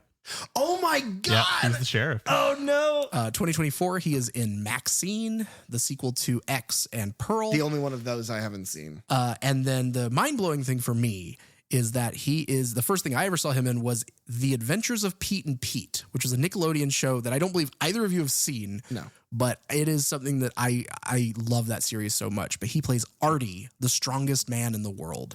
And that broke my brain. The other thing, he must be a friend of Mike Judge because he also was a voice actor in Beavis and Butthead and King of the Hill. Who is he in King of the Hill? So that's the fun thing. So the first time we're introduced to him, he's under the sink and he's putting baits down for rats. Okay. He is the new voice for Dale Gribble, Whoa. who is also a pest control exterminator. It's weird because from what I've heard, the new voice is very divisive. Mm-hmm. But I'm also like, guys, shut the fuck up. Who cares? That season, honestly, it was incredible. We all loved it. Yeah, I haven't watched it yet. It's just a cartoon, though. And I think that's the half a star from Walker is the people that have problems about things changing or like, well, this character would never do that. It's like, it's fine to speculate. I'm speculating that Laurie wouldn't let the podcasters in, but John Carpenter liked the script and said, no, that's all what would happen. And I'm not John Carpenter, so I get to watch it, maybe think other things, but enjoy it. So people who don't, all of you fans, fuck you. We're not fans here. We're critics, but fans, fuck you. Please continue talking about this to us, Derek. I will also say that before the revival series, in the original King of the Hill series, he was also the voice of Khan and Cotton. No way. That's my favorite character in that He's great. show. He killed 50 men. I want his stature in my old age. I want my ankles to be my knees. I'll make sure to make that happen. Yes, that's my dream. We get, so this little family dynamic here. This is Karen is the daughter of Laurie Strode. And then that makes Allison her granddaughter. It's this funny little, like, there's a couple comedy beats here with Ray. Yeah. I like Ray's character because Ray reminds me so much of so many people I've known, which is I have fallen in love with this girl. I love her so much. I want to have a family with her. I want to get married. But man, she's got some fucking demons. So what I'm going to be is TV sitcom dad normal. I'm going to be as fucking normal as hey, everybody. Hey, family. Uh-oh, there's a rat in here again. And it's just, he's so normal. Which probably is what Karen looked for in a partner. Yeah. He is suburban. He enjoys having a family. He's a good dad. And he's just great. And then Allison stirring the fucking pot and being, we're going to talk about this a lot. This is where this first line comes in. Go ahead. Did you invite grandmother like I asked you to? She calls Laurie grandmother. Not my grandmother. Did you contact my grandmother? Which, if you're estranged, I think that makes sense. And you, Bug, pointed out the fact that, like, they're very estranged. She's not going to call her Grammy or, like, Grandma or anything. Yeah. It is going to be, we all have one. You were going to call her my grandmother. Did you call my grandmother? Did you do that? Because I really need, especially because Karen seems to have such a bad relationship with Laurie that I don't think calling her by name or your mom would be appropriate. So I understand that. She calls her grandmother to her face, like, hello, grandmother. And it's like, what? She pronounces every syllable every single time. Let me try it. Hello, grandmother. And it's like, what the fuck is this? Yeah, it's weird. It's like a crispy grandmother. It's like, ew, get out of here. Grandmoth Tarkin. Oh my God. Grandmother Strodkin. Anyway, yeah, it's fucking weird. And if you've seen this movie or watched this movie with us for this review, leave a comment and call us grandmother. And Laurie calls her granddaughter and daughter, and she calls her mother, and he calls her stepmama. And it's so fucking weird. None of that happens. But the grandmother shit does happen. It's weird. But yeah, basically the conversation in this house is, it's Halloween. We're doing the dinner. Did you call grandmother and invite her? And she's like, Karen's like, yes, I did. She's like, did you really? She's like, yeah, I did. She's busy. She can't go. Hard cut to Allison walking to school with her friends and going like, yeah, she's a liar. and fucking her babysitter friend who is also great in this movie, Vicky goes, yeah, how do you know that she didn't call her? And Allison's like, because I called her and I asked. She's a fucking liar. I love this little scene. This is also another thing that tackles the Halloween 2 issue. Is Victoria's like, isn't he like her brother? And Allison's like, no, I think the quote is, I think that's just something people said to make them all feel better. And it's like, great. That's funny. More or less. It's and this scene is very much, them walking, the girls walking to school, or her taking Tommy to school in the original film. Yeah, it's very reminiscent of them walking down the sidewalk in the first film. And we get, just some cool little friend dynamics here. Her friends Vicky and Dave, we'll go into more later. But yeah, you get that little reveal where it's just like, let's just nip that in the bud immediately. Yeah, nipple it right in the butt. That's not happening. And then we go to school where we are introduced to a couple more characters that I'll go into. Cameron Elam, which Bug, is that a last name that we know? Unfortunately, it is. He would be the son of Lonnie Elam. Yeah. Lonnie Elam is his name. Oh my God, it's so stupid. I did not know that. But his son Cameron is played by Dylan Arnold. He was in a movie called Fat Kid Rules the World from 2012, which was apparently directed by Matthew Lillard. What? Yeah. And then this is where it's crazy, PJ, because he was in Mudbound in 2017, which is a movie. Oh my God, with the fucking guy who plays Sam Flynn from Tron Legacy. Garrett Hedlund. Okay, so we watched Tron Legacy in preparation for Tron Ares this last week. And we were talking about, like, why did that guy not do anything else? He's amazing. And then we looked it up. He's worked plenty. He's got like 3 or 4 credits every year. He just focused on like indie shit. And TV. Yeah. So that's crazy. Yeah. So that one popped out. And then he also is in Oppenheimer. Because he's a white man in Hollywood. Exactly. Yeah. And then their friend or his friend, Oscar, because I guess he's more Cameron's friend than anything, but Allison is there as well. Oscar is played by Drew Scheid. He was in Goosebumps 2 in 2018, which I haven't seen the second one. I saw that first one, the Jack Black as R.L. Stein Goosebump movies.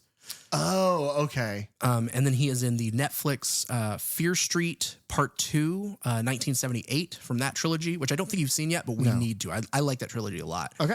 And he was apparently in Saturday Night in 2024, which is that like the opening night of Saturday Night Live movie, right. biopic. Does he play somebody like that we would know? If he does, I didn't write that down. I'm sorry. I have failed you. I think I enjoy the history of Saturday Night Live more than maybe you do, just because I like that brand.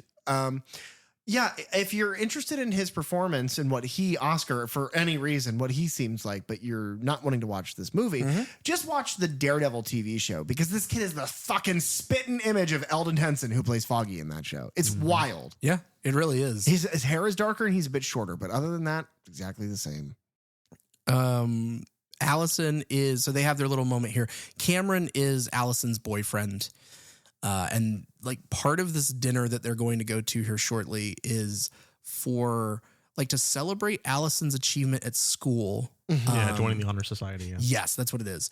And then it's also kind of the first official meeting that he is then having with her parents. Yeah, this is the dinner scene that I referenced. It's a good scene. I like it. It establishes that the family, the 3 of them, Allison, Ray, and Karen, are a good family. They are a good, working, healthy family until now. Yes. I think that is the tone that this kind of dinner sets, is that they have the repartee of a good family. They get along. And now Allison is mad about something and has been for a while, which is, why the fuck are you keeping me from this woman in my life? And Karen is like, because you do not understand how fucking crazy she is. And before we get to that dinner scene, we get another one of these like very referential shots and scenes from the original, which is Allison sitting in class. She's hearing almost verbatim the exact discussion of fate that Laurie was listening to in the original. So actually, the interesting thing about this classroom scene is that, yes, they are discussing fate, But the one cool thing that I like about it is that in the 78 film, they reference a fictional author named Samuels. Okay. And the point of that lesson that then, kind of floats into the theme of the rest of the film is that fate is this immovable object and that one cannot avoid one's fate. In this film, which we find out that the lecturer is being actually voiced by PJ Souls from the original Halloween. Very cool. In this one, it directly contrasts. And it's talking about from an actual real life writer and Holocaust survivor, Viktor Frankl, that Frankl is saying that the message is one of hope, and that arguing that even in the most dire circumstances, life can have meaning and fate can take a different course. So it is kind of setting up that, with the preparation, with Laurie, with fighting back, you can change what happens. You can change your fate. That's Correct. brilliant. Yeah. I love that. But the other thing about that is because it works so well as a reference, because it is more thematic. And I love that. I did not know that. I love that. Same. But what I like about just having a conversation about fate be in the classroom, I love references like that. Famously, the thing that everybody complains about new movies referencing old movies is Rogue One, as they're walking through the bazaar and Andor bumps into the "You'll Be Dead" guy for no fucking reason. And everyone's like, yeah, we fucking get it. But in this, it's like those things, you really have to be steeped in it to know. And then when you do, you're like, oh shit. It's and we'll get later on, but they're in Laurie's house and we're in Karen's childhood bedroom. And the poster, because you pointed this out, Bug, the poster of whatever that artist's name is. James Ensor. Oh, thank God. Belgium's famous painter. Who paints a lot of masks, and that's kind of referential. They have that poster from her old bedroom just kind of in the corner. And it's like, blink and you miss it. It's not important to the actual movie, but it makes super fans of it go like, oh, that's nice. Yeah. More importantly, Laurie's straw hat is there on the wall. Yeah. Which is it's meant to be. That straw hat is to Michael as the fedora is to Freddy, because Michael wears a hat like Candyman. Loves it. Allison is sitting in the back of the classroom and looks outside. And instead of seeing Michael standing and glaring at her from across the street, it is now Laurie.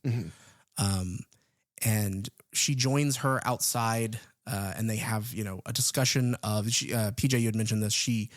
Laurie gives her the $3,000 that the podcasters had given her and basically tells her, like, do whatever you want with it. Allison's like, I'm going to go to college. And Laurie's like, fuck that. Go to Mexico. Like, get the fuck out of here. And it's like, I appreciate it. It's decent in the face of what's happening. It's decent parenting. It's go explore. Life's short, man. Go have fun. And then it's great because then Allison ditches it right back to her. And she's like, no, you need to move on. You need to put this Michael Myers part of your life behind you.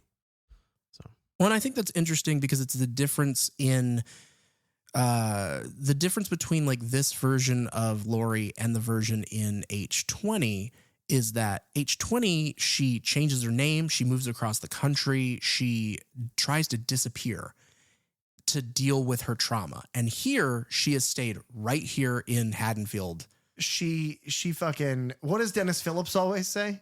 You gotta, what is it? Like batten down the hatches or something? He's got a phrase for hurricane season. Hunker down? Hunker down. She hunkered the fuck down for Hurricane Michael. Besides, the reason Allison can't go down to Mexico is because if she goes to Mexico, she becomes the new Laurie Strode to, at that point, Mexican serial killer Miguel Myers, which would be a terrifying thing. He doesn't wear a Shatner mask. He wears a Ricardo Montalban mask.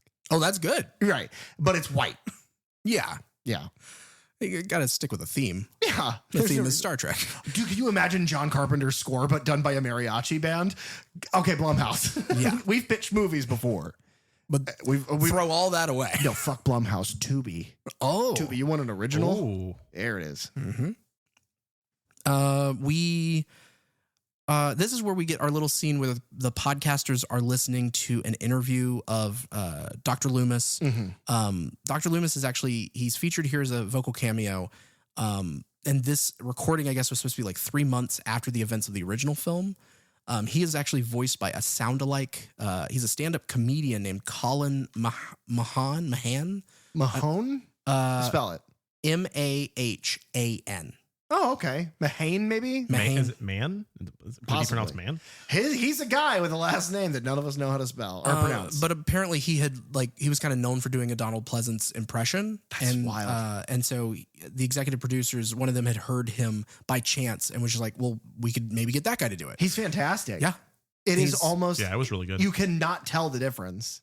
And there were original versions of the script where they were going to have scenes that involved Loomis like physically, and they cut all of that obviously for this, but we do, not to spoil things for later, but we do get that in later films in this trilogy. Yeah, it's like the Tarkin treatment in Kills, and I think it's good. But no, and I like the respect here where it's like his voiceover is over his own notes, his writing, his drawing. Some of it I think is taken from the original, but it's like his interpretation of what needs to happen. And I mentioned earlier, all Loomis ever wanted was for him to die.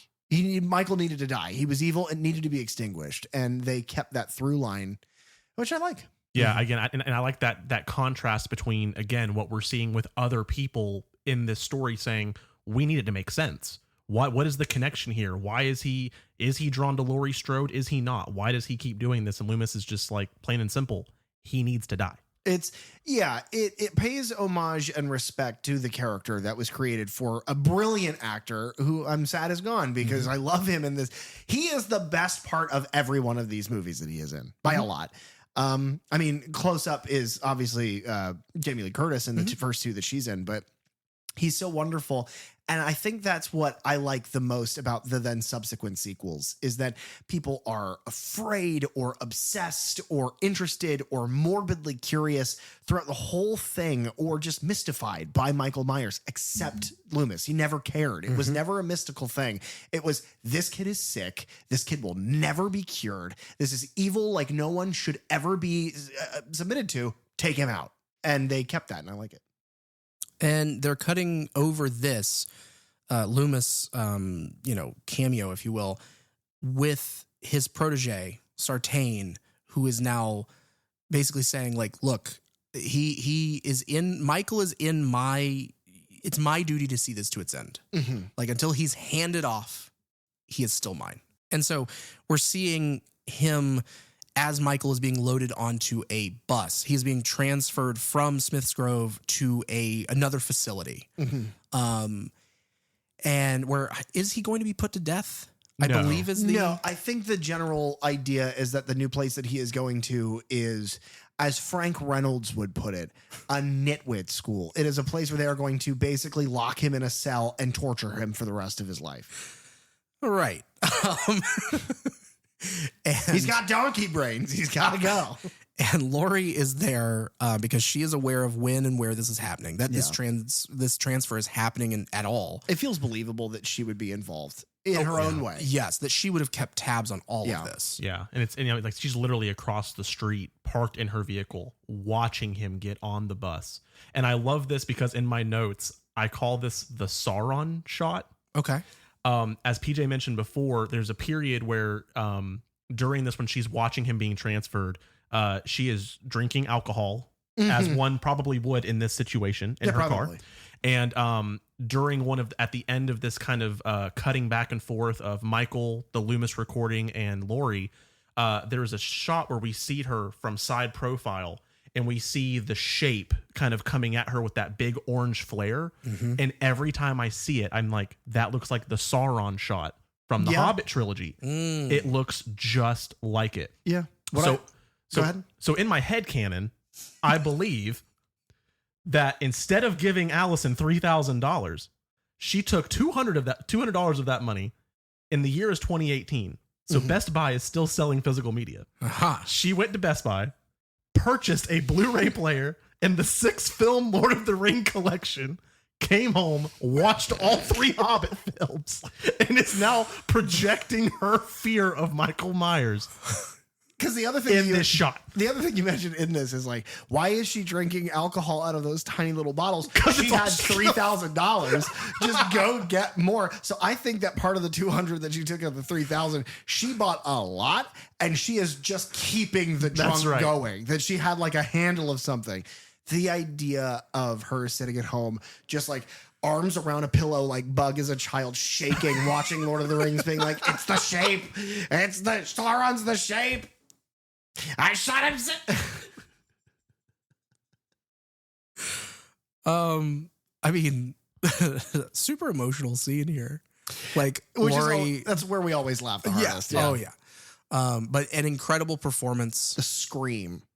I want to say, if I'm not mistaken, this was probably the last thing that she filmed for this movie. Wow.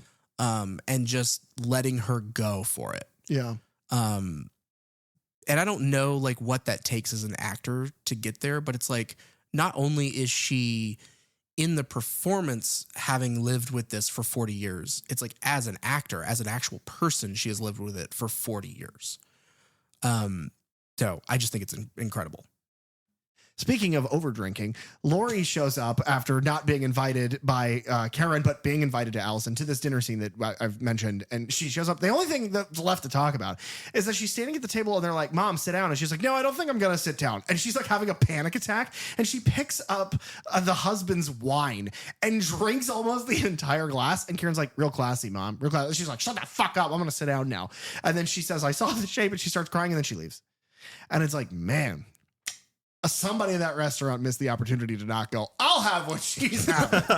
Which, according to Johnny Depp, is a mega pint of wine. Oh, my God. Speaking of drinking, then a bus crash happens. Yeah, we go from one family scene to another family scene of a father and son. And this is one of a couple moments in this movie where we're introduced to these characters that are just odd. This is definitely a David Gordon Green moment. Yes. It is, but it's also, it's a David Gordon Green moment, but it's such a Danny McBride writing moment. Because his shows do this all the time. The things I've seen of his do this all the time. You're introduced to characters that in any other movie would be nothing and they would immediately die. But they have enough dialogue that makes them interesting enough. They are going hunting. It's like a camping thing. But the boy is going to miss dance class and he is saddened by that. And the grandfather is father, I don't know, but he's trying his best to understand.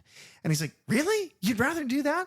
And then they see a bunch of in the original Halloween, they see a bunch of just fucking uniformed psychopaths milling about on the road. And there's a bus tipped in the ditch. Yeah. But... and we do not need to go any more into this. I like this little father-son moment because it's not that because the boy is like, no, yes, the dance thing is important to me. I love going hunting and fishing with you, but dance is just kind of what I'm interested in right now. And I don't know. It's just this interesting little moment between these two characters that people like that. Yeah. And I just like the conversation that's being had, not only between the two characters, but what it's having with the grander scheme of things of parents don't understand what their kids are going through. Yeah. And it kind of lends itself to the generational story that's being told in the overarching story of this movie. And in that 1 minute, you see, their relationship is getting better. And so when they fucking die horribly, you care about it. It's like, oh shit.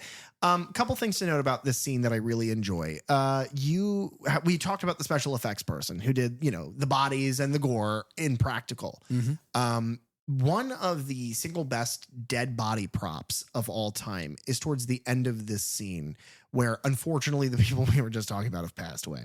And so I'm cutting to the end of the scene, but the deputy or whatever who arrives, I think maybe the sheriff, walks around the bus and finds the father who had driven the truck having the conversation, and he's dead, but his mouth is slack, almost broken. His eyes are up and his face is terrified, but you see the vertebrae of his neck pushing through his skin because his neck has been yanked backwards.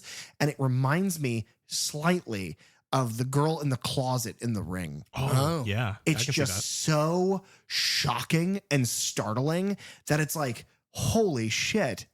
The other thing that's worth mentioning to my mind about this scene is Sartain getting a fucking bullet. Yeah. The dad gets out to investigate. Mm-hmm. The boy gets out to follow him and find his dad after calling the police. Yes.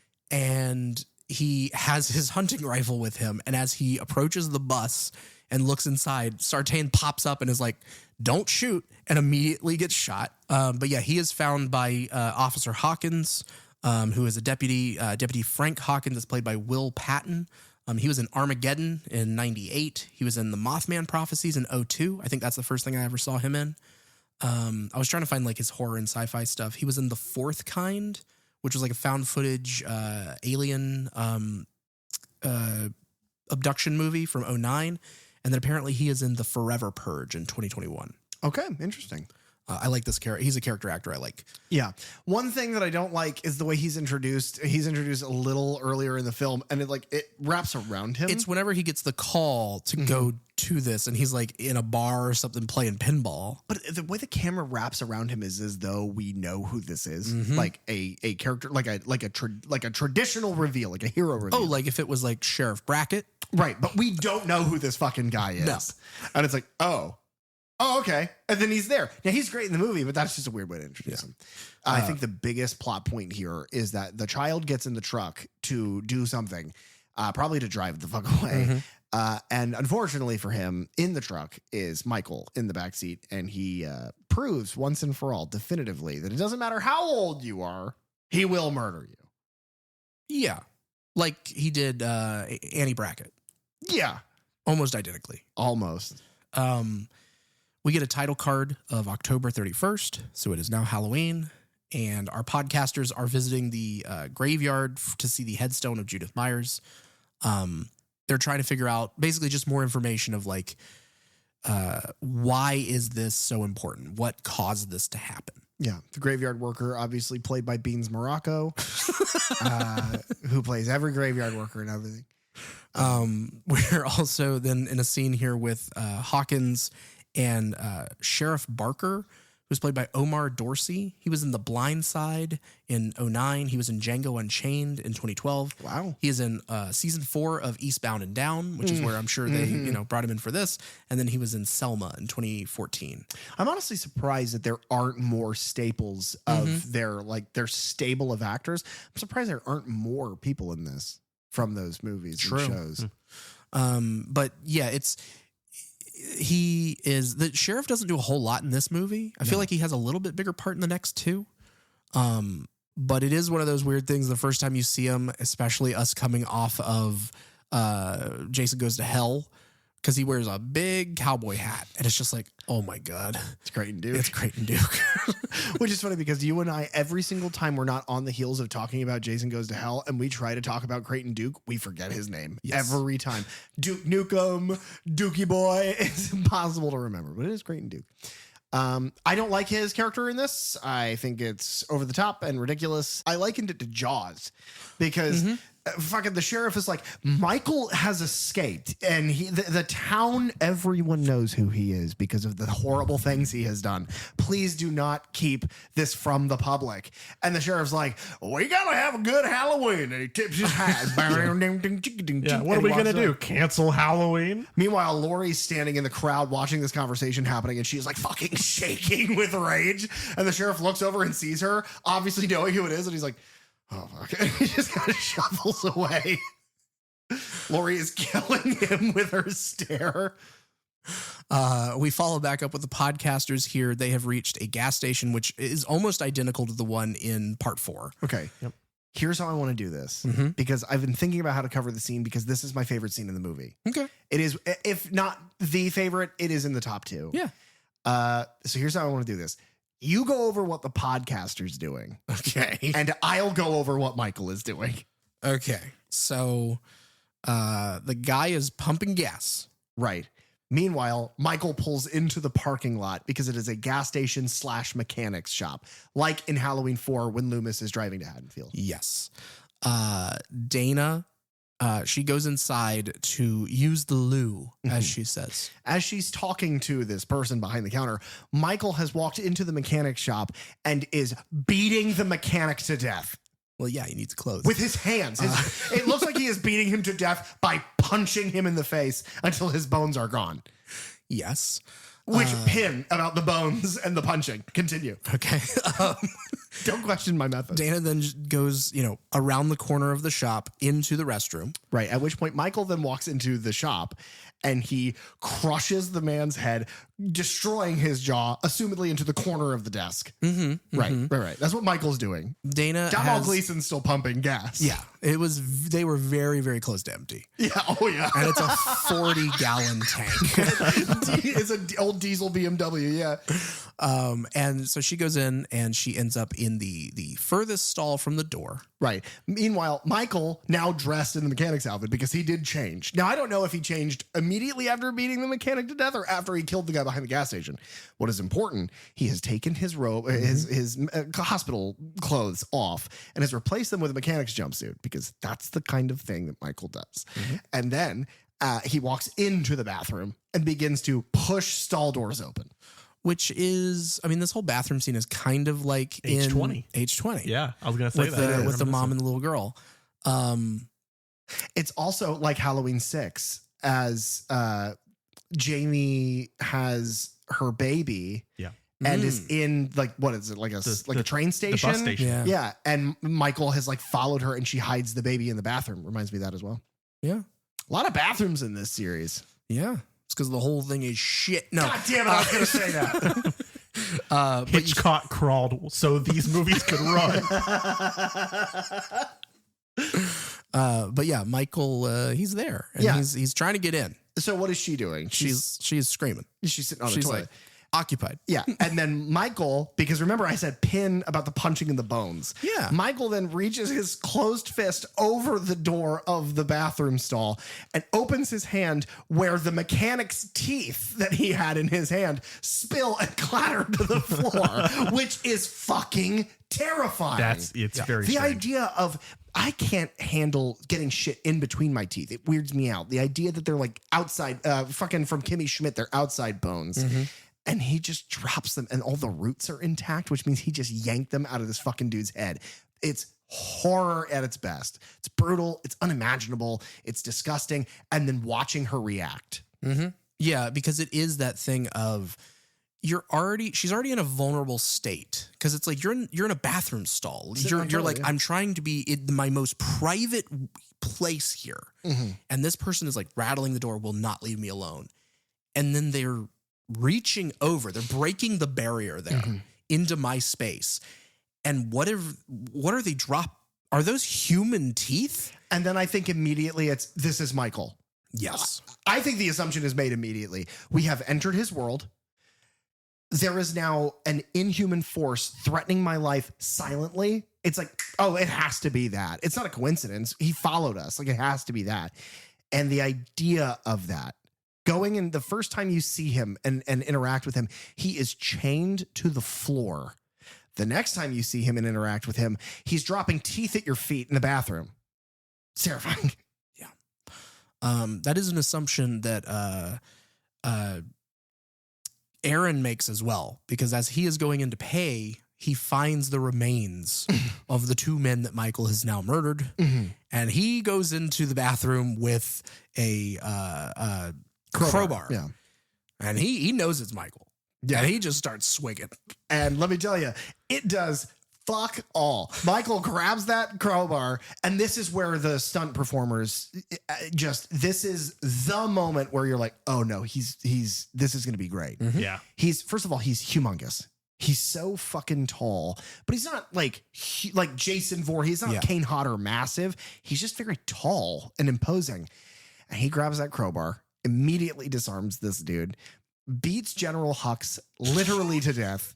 Well, no, not yet. We see him bleeding out in the corner because his head has been smashed into the corner of a tile wall, into a bathroom stall door multiple times. He's basically beaten to death and thrown into the corner, where he then lifts her, Dana, bodily by her throat and crushes her windpipe up against the stall door. Dying in a gas station bathroom must suck. Yeah, that's bottom of the list for me. Oh, yeah. Oh, yeah. But then we get an incredible little, just Michael going to their car and getting the mask that they had brought to him. Isn't that lucky? Yeah. and sliding it back on, and we get the slow use of the score. Dun, dun, dun, dun, dun, We're slowly dun, dancing. Dun, dun. Yeah. The other thing I love about that too is that because Michael's always likened to an animal. He's likened to a shark, a beast, an evil force. Michael is capable. He's intelligent. And you can kind of see that in the fact that like, oh, well, they keep this stuff in this trunk, opening it, finding it. But the other thing I love is that there's just a bunch of fucking like files and folders, and they have their research sitting in the trunk of the car. He doesn't give a fuck about any of that. He doesn't care about like any information they have on him. It's just mask is on, to Haddonfield I go. It's like, there it is. Oh, and we see him in the graveyard as well. So it is the classic Michael stalking back to town. Mm-hmm. Now, I've got something that might blow your minds. Please And we do. were talking a little bit about this in the rewatch. As we get into this scene, Michael has now reacquired the jumpsuit. Mm-hmm. Michael has also now reacquired the mask. Mm-hmm. Did you notice what the van was called that was parked next to them? It was a van belonging to the Church of Resurrection. Mm. So not only is this a cue to indicate the boy is back, but we also get a Halloween Resurrection reference. Okay. Mm. See, that's, yeah, I like that a lot because they do. I mean, they pan that camera over to look specifically at what's written on the side of the van, and I hadn't put that The together. Church of Resurrection. I love that. I mean, I hate that fucking movie so much, but I like that. That's good. Do they have any subterranean basements that maybe Michael grew up in? No? No, Good. they save that for the next two. Oh, God. Actually, no, they do. They save it for ends. Save it for the end. Oh, Jesus. So Laurie hears about the bus crash on the news, and she goes to Karen's house where she surprises Karen with a gun. She has now absolutely flipped the lid open to survival time. And she's waving a gun at her son-in-law's face now. Yeah. Because try as she might to raise Karen with, you know, the skills of how to use a gun, how to fight, things like that, and then how to prepare for these sorts of things. Because Laurie has lived these 40 years thinking it's only a matter of time until he gets back out, and we have to deal with it again. She is not wrong. But Karen has tried to distance herself. She's run so far in the other direction that she doesn't.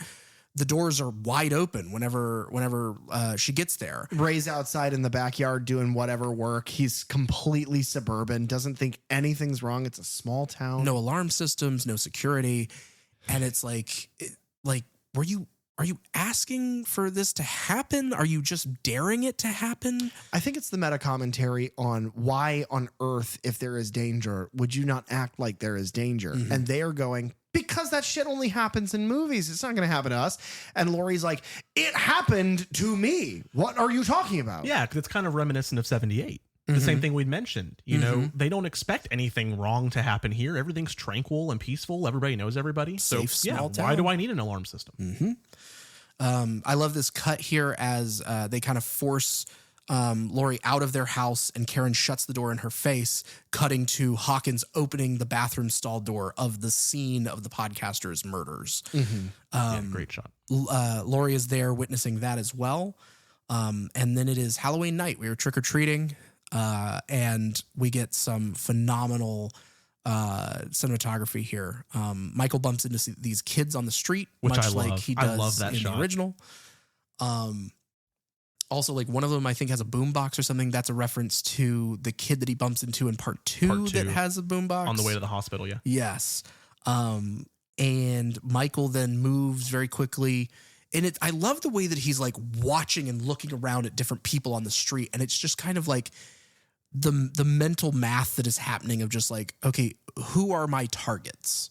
Because it's not like he just lashes out at anyone. No, that's a Jason thing. Jason just starts hacking, but in the movies where he's represented really well. Yeah. But in this, it's like, yeah, who do you kill? Because you have no reason.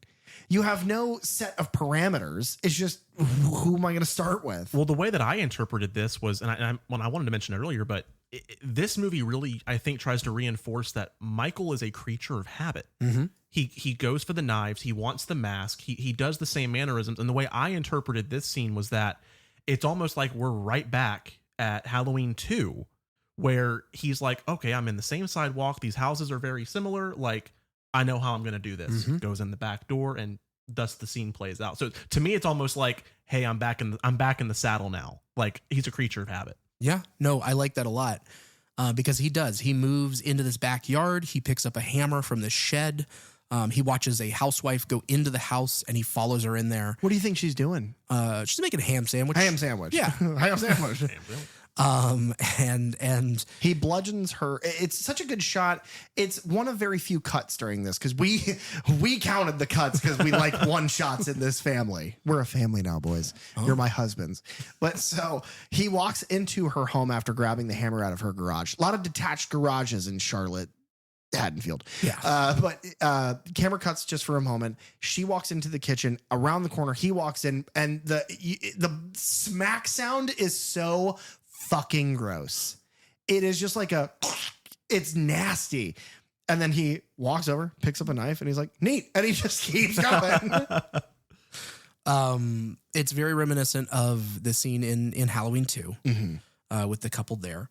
And then once he moves back out of, once we're in that shot, we follow him through the kitchen, out through the dining room into the front hall, out of the house. And it just continues this wonder for a while. Yeah. Because he goes out onto the street. Again, he's just kind of scanning and kind of, we're peeking into these conversations of these people's lives as they're going about their Halloween, trick-or-treating night. People ask, one of these people goes, did you get the address? And he's like, yeah, here we go. And they get in the car and they leave, leaving him a path to continue walking forward down the street. It's very natural. And then he walks up onto a porch in my favorite scene. Yeah, and probably my favorite shot in the whole thing. I think it's everybody. I think it's all three of our favorite, like Michael Myers moment in this. He walks up onto the porch, and it looks to be a camera trick. It does not look to be digital in any way. Yeah, it looks like it's in camera. Yeah. He walks up to a window of this home, and he's just staring into the window, kind of crouched down, but you see his reflection in the window. And this is also when we get the first musical cue from 78 of doo-doo-doo. That's what happens when he's like, oh. That's the noise Michael makes. He makes it with his mouth, by the way, but he's like, I'm going to murder that. So, and it's amazing because he goes, yeah, sure, her then. And he gets up and he walks, and he's walking around the side of the house. And I like the performance here of his physicality because he does walk. I mean, the character would be 60. What did you say? 61? 61. Yeah. So he'd be an older guy. Probably stiff because he's been in prison for a very long time, and probably stiff in the other way because now he's doing murder and that's his favorite thing. But he walks around the corner of the house, and as he kind of walks down the alley of this house versus the other one in between, his shadow is cast huge against the wall of the other house. Yeah. And it's the hair and the silhouette. It's perfect as he walks. She paces around because I believe, and I don't know for certain, I didn't pay enough attention to the conversation that she's having. I believe she is being told that Michael has gotten out. Yeah, I think it's supposed to emanate like the Halloween 2 scene where she's like, no, there was a murder down the street. Right. Yeah. And she peeks out. She walks to the window where Michael was originally, peeks out the window as you see him walk into her home from the back up to her. And then this was something that you pointed out, Derek. He grabs the back of her head. And this is what I mean about, by the way, in the very beginning of our conversation, I talked about how this movie is much more viscerally and visibly violent. And he grabs her head by the back of it, slams it into the back of like a wooden backed couch. And then takes the knife that he's holding and just stabs her through the fucking neck. And it comes out towards the camera. Her eyes go wide. She's choking on blood. But you were like, well, then why the fuck did he bash her head? If you're just going to stab her, just do it. Because he fucking could. Yeah, he hates people that are alive. Yeah. If he had his way, no one would be alive. He's Ultron. Yeah. I guess that's what did we make that before? I think the parallel that we made was he's like the Terminator, but I think Ultron is the Terminator. So it's the same story. All robots are the Terminator. We're now at the point where I think we lost our friendship. Yeah. We're at the point where we almost came to blows. We almost killed each other in the rewatch. Yeah. Here's the question. Is the substance that Cameron throws Allison's phone into out of anger because she caught him being smooched on by a tiger woman at a Halloween dance at their high school, which is the scene we're in now. And Cameron gets upset because she was on her phone earlier, and he gets her good. He grabs her phone and he throws it into a bowl. filled with a substance. Right. Which is at a school dance. Correct. A Halloween themed school dance where famously sweets are available. Right. Now, the phone splats into a thick bowl of substance, a liquid. Yes. We each think that it is something different. No, let's call it what it is. It's a bowl of enticing yellow. Yeah, right. It is an odd substance that is thick and yellow. Right. Okay, so Derek, what do you think it is? I believe, Right. because we were at a party, Correct. A Halloween party. a Halloween party, Right. that it is a bowl of punch. And your argument to me was that punch is not that thick, Correct. which I bring forth sherbet punch. Okay. So And can you explain to us really quickly what that is? It is a punch that you would make like what you were describing, Like like fruit punch. like a fruit punch, but then you have added in scoops of sherbet ice cream. Okay, yep. I mean, I guess sherbet is a different thing, but you know what I mean. Yeah, I know. And you've mixed it in, and then there is like a chemical reaction that happens, kind of like a root beer float, where it becomes frothy and thick with that substance. Sure. Okay. Fair enough. Bug, what do you think it is? Well, I don't have to say what I think it is because I know what it is. And it's a bowl of nacho cheddar cheese. A giant bowl, a serving bowl filled with, uninterrupted with cheese. That's the best way to do that at a party where people's hands are going to go in and out of it, is a giant bowl of cheese. Because there's like a ladle in it. Right. Oh, yeah. For people to ladle the cheese Yeah. onto their Snickers Well, bars. what do? Use your hands? No, here's what you do. You fucking assholes. Here's what you do. It's a Halloween party. So you take a bowl of something like pudding or something, and you put whatever in it, and you call it like monster brains or something. And the thing is that when the phone hits into the bowl, it's like concrete. It's like wet concrete. It is thicker than shit, but it's not sticky. It doesn't stick to it. It doesn't like glob like cheese would. It just goes, it's a bowl of pudding, y'all. It's like a pudding or like a gelatin. That's what it is. Or a sherbet punch. God guys, I have to end this now. I have the definitive answer. Okay. I went to Google Okay. and asked Google Gemini, Right. Halloween 2018, what does Cameron drop Allison's phone in? Okay. You didn't The- use any of our keywords. No, none of our keywords. Okay. Just what does Cameron drop Allison's phone in? Okay. The answer, definitively, in the 2018 film Halloween, Cameron throws Allison's phone into a bowl of nacho cheese. Well, I asked ChatGPT if Gemini knows anything, and ChatGPT called Gemini a bitch. So Now, could there be sherbet in the cheese? Now, hold on a second. I have a greater question that I believe only you two have the expertise to answer. okay. Would that phone still work? With as thick as it was, yeah, probably. It's not like it's getting into anything. It's not getting. Derek and I met because we worked at basically an Apple store.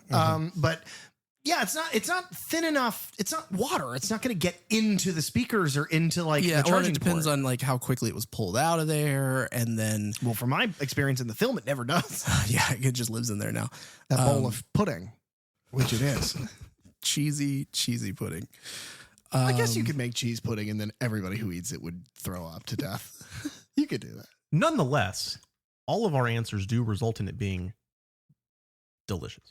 It also all results in the fact that now through high school drama, believable drama, because her performance is good and so is Cameron's, the phone is now gone. She does not have a way to be contacted. She leaves the party angry at Cameron. Oscar, her Foggy Nelson friend, follows her out and they walk through the streets of Haddonfield. Yes. Unaware that Michael Myers, her grandmother's would-be murderer, sorry, not her grandmother's would-be murderer, is out on the fucking street hunting them down. Yes. Now, you had said that she had taken a phone call. That is because she talks to her friend Vicky, Yes. who is babysitting a little boy named Julian. Yeah. Julian is the best part of the film. He is the next Denzel. Yeah. He is the next Gregory Peck. His performance is immaculate. He is my favorite part of this movie.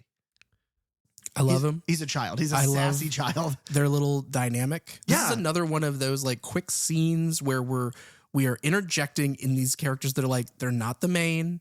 They are just kind of odd, but we get a history of who they are and why they like each other.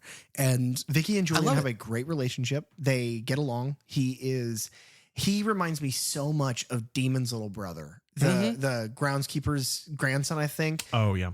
In Friday the 13th Part 5, which is the worst one of those, but second worst. But he's so lovable, and they're watching this movie, and she's like, okay, time for bed because Dave's coming over, and he is going to just. She says they're going to dry fuck, which we spent a little while trying to figure out what it means. My assumption is that they're going to use that bowl of pudding, which isn't wet enough because it doesn't get into the phone. And it is pudding. So this is what he does. You can prove without a shadow of a doubt a thing. You can read the script to him and it will tell you what the substance is, whatever it is. And he will just go like, nah, it's what I said. it's not, listen, first of all, okay. My feelings don't care about your facts. Do you understand? Second of all, Who are you? I'm The being G- Morocco. The GOP? Do you even read novelizations? I can't read. Yeah, he's never read any books. Yeah. He's not about to start now. I'm definitely not starting. Vicky is played by Virginia Gardner. She was in Marvel's Runaways, which is a Marvel show that I haven't seen. She was in a 2018 horror thriller Monster Party, and she was in 2022's Fall, which is another one that I didn't see. It's where like the two women are trapped at the top of that tower. Yeah. And Julian Morrissey is played by I'm gonna absolutely butcher this name, and I apologize. Jabrail Nantambu. Tambu. He hasn't been in a whole lot. He is a kid, but I hope to see him in more because, oh my God, his delivery is amazing. Always. I hope to see him in more BS too. Time to morb again. That's not going to happen. I'm sorry to let you down. But he is in a movie called Body Cam, which was a supernatural horror film in 2020 that has Mary J. Blige in it. And he was in an Apple TV Plus series called Home Before Dark. Their relationship is very much like Laurie and Tommy's in the original. Yeah. There is rapport there. There is kind of like they're picking at each other, and I find it cute. I like their interactions a lot. And so she puts him to bed so that Dave can come over. Yeah. Dave is her boyfriend. And it's cute because Julian knows Dave and is like, all right, yeah, y'all have fun. And it's so cute. And then immediately Dave and Vicky start let's get on the couch. Yeah. Let's do this. Dave is played by Miles Robbins. He is in a 2017 movie called My Friend Dahmer. He was in Daniel Isn't Real, a psychological horror film from 2019. And he was in Y2K in 2024. They are, like you said, making out on the couch, and Julian comes down. He is afraid, saying that he has seen the boogeyman outside of his bedroom. But this is why I like the modern take of this, because it is exactly the Tommy looking out the window, seeing him and going, it's the boogeyman, it's the boogeyman. And the kid who plays Tommy, it's so juvenile and childish, and it's fine to be that. Mm-hmm. But this kid doesn't do that. He doesn't do the juvenile thing. He comes out and he's like, there's a fucking guy Yeah. in the hallway, and he's a creepy fucking face, and he's staring at me. Can somebody come up here and tell him to get the fuck out of this house? Yeah, that's where you can really tell this is a modern horror film. Yeah, it's one of that's those a good moments. point. And it's so believable because he's so full of confidence and fear, but the fear is like, get the fuck up here and help me. I get that this is what you guys do. Not tonight. You need to fucking help me. And Michael's like, oh shit, this kid is good. I'm not gonna be able to stab this child. in spite of desperately wanting to. Michael's like, my one weakness, a child. Michael's like, man, this capable child is basically the pudding for my phone. It's my foible. It's nacho cheese. See, Derek, this is what he does. No matter how passionate I am about the fact that it's pudding, he's going to insist that it's nacho cheese just because he looked it up on AI. So Vicky goes into the bedroom. She plays a little prank on him. Which is mean. It's like, That is because she mean. does it so well. Yeah. That it's like, that's fucked up. Like, that's going to fuck that kid up. That's so mean. But then she lays and like comforts him afterwards. I'm just Yeah. like puts him at ease. You know, I've checked the whole room, whatever. Funniest fucking thing is that she says, I checked the whole room. Bullshit. There's a man, a 6'5" man in a mechanic's overall, covered in blood by this point, in the closet. She took a quick glance around the room. That is around not true. around the room. Around the room. She took a glance And- downstairs at her boyfriend's hardening member and was like, I don't have time to check your room, kid. You're good. Hope you And- don't get murdered. You know how else that kid is good? When he comes into the room, when she puts him back down to the bed, he checks behind the door. When he comes in, I'm like, that's a smart kid. Yeah, there is a lot in this movie that's like that, where it's like your classic horror tropes fail immediately because we live in a world with classic horror tropes. And I love that. The problem is that the most classic of horror tropes is the thing that gets them in the end. But now, speaking of classic horror tropes, because this was one of my fun notes. So obviously, Vicky goes back downstairs. She starts getting hot and heavy with Dave. Julian comes running back down like, no. There is a guy in my room looking at me sleep. He's breathing. He's got a mask on. Get up here. So obviously, Vicky and Dave get up. And I think this is one of the funny lines too, where Vicky's like, I'll go. And Julian says, no, send Dave first. Yeah. So you can tell like, oh, no, they're looking out for each other. So anyway, but to the trope, Vicky goes back into his room and she goes to the closet where Julian says he is. And unlike other traditional films where they would typically do the one fake out, the two fake out, she goes to like shut the closet door and it's stuck, to which she then opens the door and without any fake outs, there is Michael swinging at her. Yeah. Seeing him, and I had a room like his when I was a kid. I don't know if you guys did too. I had a room like that. I had like a little projection thing that would do like stars and space in my room. No, I didn't have that. I had like, he has a bunch of dinosaurs in his room, which I know, Derek, you had a lot of dinosaurs as a kid, kind of decorative. I had cowboys. That was the thing that was kind of projected on me with my parents, because you don't know that you like them, but you're kind of made to. And I did. I loved my room. And the idea of that being in my room as a child is scarring. The idea that in this beautifully decorated, very well, the set decoration here is they probably used a real house with a real bedroom, and we're just like, go ahead, because it is so lived in. Yeah. Everything feels like it has been moved in the last week. And the closet, like there are things that are over the door and it's like spilling out of the closet. And the idea of that space of pure innocence is housing the devil. It's horrifying. The juxtaposition. And then, he immediately attacks her. He brings this giant, because that's another thing we commented on, is throughout the movie, his knives just get bigger and bigger and bigger. And at one point, Dave comes in because Vicky is screaming, and Dave has been outside, and he runs in and he looks in the kitchen, and there is the biggest chef's knife I have ever seen in my life. It could go all the way through my body. And Dave's like, I got this. And he picks it up and he goes running. And Vicky, it's like the Doc Ock tentacle scene with the nurse who tries to get away, and it's classic Sam Raimi. It's that really wide lens on her face, and she gets dragged. Vicky is dragged back by her ankles into the room, and then the camera kind of flips and turns to Michael's face, and he's like 3 or 4 times just the heaviest swing, and you hear bones break. And the screaming stops, turns to gurgling, and it's just terrifying. That to happen from such a happy, fun little moment. And that's why I like Danny McBride. Such a fun, real moment with good dialogue, a funny kid, a great babysitter, and then their lives are over or ruined in a heartbeat. What happens to the kid? I don't remember. What does he survive? Yeah, he makes it out. We see him in the next 2. Okay.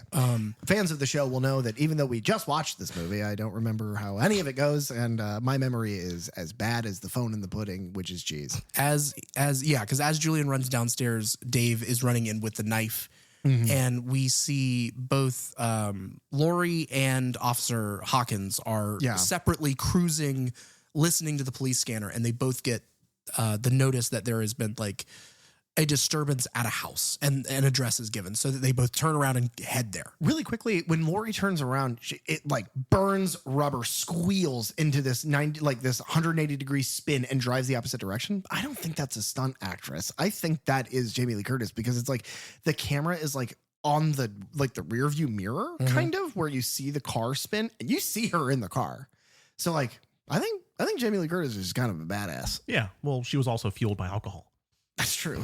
And Activia. And bullets. She went through the John Wick school of bullets. But yeah, Hawkins makes it there first. He goes upstairs. He discovers Vicky's body, who is posed under a sheet that's cut to look like a ghost, much like Michael hides under in the original. I love this too because it's so that doing that again shows that, like, yes, he is capable. He is intelligent. He is murderous and evil. He's also just a kid. He's a creature of habit. He has no education. He has no social information. He has never aged naturally as humans do in their surroundings. He has only ever been in captivity or murdering people. So he's a child. He puts a ghost costume on her because she's dead and she's a ghost now. Also, as Hawkins is coming into the house, he passes Dave's body, who is also pinned against the wall with the butcher knife. That giant fucking knife. Shouldn't have picked that up. Should have picked up a paring knife. Just like Bob from 70. Yes. Love the little references there. Laurie makes it, and she hops out of the car, swinging a gun around in the middle of the street, screaming, doing her best Dr. Loomis impression. She gets out, she's like, everyone run! She fires around in the air. Go, you gotta get out of here. More or less, because she looks up and she can see Hawkins in Vicky's bedroom. And then in the upstairs bedroom across from that, she now sees finally the shape. Yeah. Which is Michael's reflection. And she just starts blasted. Because you can't tell it's a reflection. It's really good Right. camera work. This is the scene with Nick Castle. He is in the mask for this scene. But she blam, and the mirror shatters. And it's such good work. Such good cinematography. And she's like, and this is why I love the Laurie Strode from this film. Because she's like, nah, fuck this. And she just pulls the hammer back again and walks inside. But this is where her and Hawkins kind of bump and they team up for a second to take him out. And they get a shot at him. Yeah, she does hit Michael as he kind of stalks off into the night. The cops show up. They have Dr. Sartain with them. And this is, I guess, the first meeting between him and Laurie. And Laurie, oh, I love it. Laurie hates him immediately. Because I think she sees what we see. She hates him on sight. Because he's like, I'm Michael's doctor. You know, I'm here to make sure that he's not harmed and that he's taken back. And, you know, I'm so sorry about this, but, you know, you guys need to like work this out. And basically he's like, come on, do something. And I've read everything about you, everything. And she's like, great, you're the new fucking Loomis. Fuck off. And like doesn't give him the time of day. I love it. I love how dismissive she is over it. So I want to drop another bombshell on you guys. Okay. I have in my notes, this is the smartest scene in the movie. Okay. And I'm going to explain why. So once the other police arrive, if you notice in the background, what have the police also brought with them? More dogs. Because at this point in the history, they know the best way to lure out Michael Myers is with more dogs. Oh my God, that's the funniest. Can we all agree that somehow, no matter what, the bowl that the phone is thrown in, it's thrown into some sort of dog product? Can we agree finally at this table? It's wet dog food. It's dog meef. Oh. Yeah, Mike. They're trying to lure Michael into the high school. They're like, it's his night. It's like if he can kill 25 firefighters in the span of 10 minutes, he can kill high schoolers, no problem. Oh my God. It's like the Kingsman. He just goes crazy. There's like a bunch of like high schoolers like in this like stuffed into the bleachers. One of them's like in the basketball hoop. Yeah, no, that's fucking hysterical. That is so goddamn funny. But from here, you have the manhunt to find him, which is very Halloween 2-ish. He's still out here. We have to find him. Now, Ben Tramer doesn't get murdered, but you know, it's whatever. Yeah. Laurie goes to Karen's house and she gets her and Ray. And they're trying to get a hold of Allison, who her phone has been conveniently taken away from her. In the meef. And so they leave her a message. And Laurie, basically they're explaining of like, it's happening. He is out there. We are going to my house. Meet us there. Like, we are putting a cop outside of your house. Yeah. they will bring you to us. Stay away from any dog. Shit is going down. Well, and that's another thing about this scene that I love so much is that you finally have the moment where Karen, it's like, it's not an I told you so, but she's like, I am sorry for the way that you needed to live, but I hope you fucking realize that it was worth it. Yeah. Because exactly what I said was going to happen is happening. And we are going to be lucky if we survive this. And it's like, Karen's like, yeah, okay, you're right. Sorry, mommy. And it becomes a child again. And it's like, what do I do? Tell me what to do because I'm scared. And Ray's just like, I should have never done this. I should have married somebody else. I should have left this all alone. I should have moved to somewhere else. I should have been in Pete and Pete again. Yeah. He wouldn't have been in Michael's world.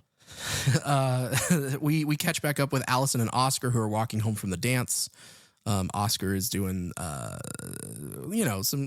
real bad stuff, not great stuff to her of like, he just doesn't appreciate you. And like, you just deserve so much better. And you should just be with somebody who, you deserve better. And it could be me.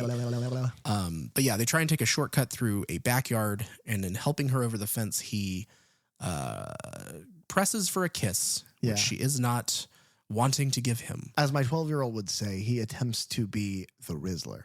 Oh. But unfortunately, he is not. Yeah.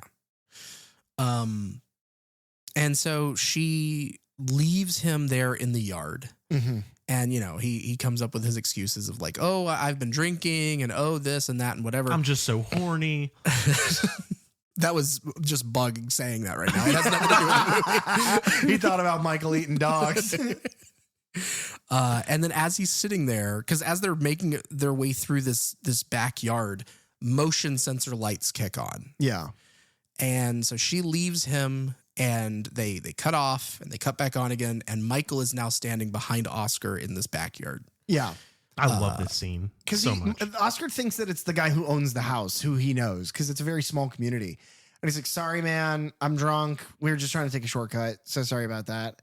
And then the motion lights kick off and they kick back on in this dark yard that is illuminated. Which, by the way, this guy's a psycho because the lights that he has on his house that are motion lights are both like stadium floodlights. Like giant floodlights. It's like blinding. And so they kick back on and he's looking at what they are movie set lights, but he's looking around and he's like, what? And Michael is then standing in front of the house. He has moved from the tree around into front of the house. You pointed out that it's not center frame. Yeah, something about the way like the frame of the shot is like Michael is not center. He is like to the right. And I don't know how else to explain it, but yeah, just the look of that is just, to me, it's just unnerving. Because I agree with you. And I think it might have something to do with the fact that because he's in the corner and you're having to focus on the corner to see him, you are then missing the rest of the landscape that's being shown to you. And so in that moment, you're like, yeah, but is there something else? Because I'm already alert to this predatory creature. And so by nature, I think you want to look around constantly at your surroundings. But that's impossible to do because he's standing right there. Yeah. And it's a bit from Oscar's point of view, still like kind of sitting from the ground. And so it's the, this person who you thought was behind you now all of a sudden being in front of you and a place where they couldn't possibly have been in that amount of time. Mm-hmm. And the lights are disorienting him and because they're blinding. And so it's that I think all lends itself to that odd framing. Yeah. But you get to the point where it's the final time the lights have kicked back on and Michael is directly in front of him, swinging a giant fucking knife down at him. They kind of reuse this over and over, which it's whatever. It's a nitpick. You could do more creative stuff with the killer with a knife, but he cuts him in the arm. He cut Vicky in the arm. He will then go on to cut many more people in the arm. He like slashes and they lift their arms and it's natural, but it gets boring to see over and over again. Mm-hmm. They also reuse the pick up by neck and snap bone. They do it like 5 times. Again, doesn't matter. It's more about the characters and the way he interacts with them that I care about. Mm-hmm. But they could have done more. Mm-hmm. They could have done more creative stuff. This film ain't no Hatchet 3, but he walks, he slashes at him. Oscar goes to run and he tries to climb the fence. But A, he's super drunk, and B, he's wearing a cape. And Edna Mode always says no capes for this reason. Mm-hmm. Cape gets stuck on the wrought iron fence.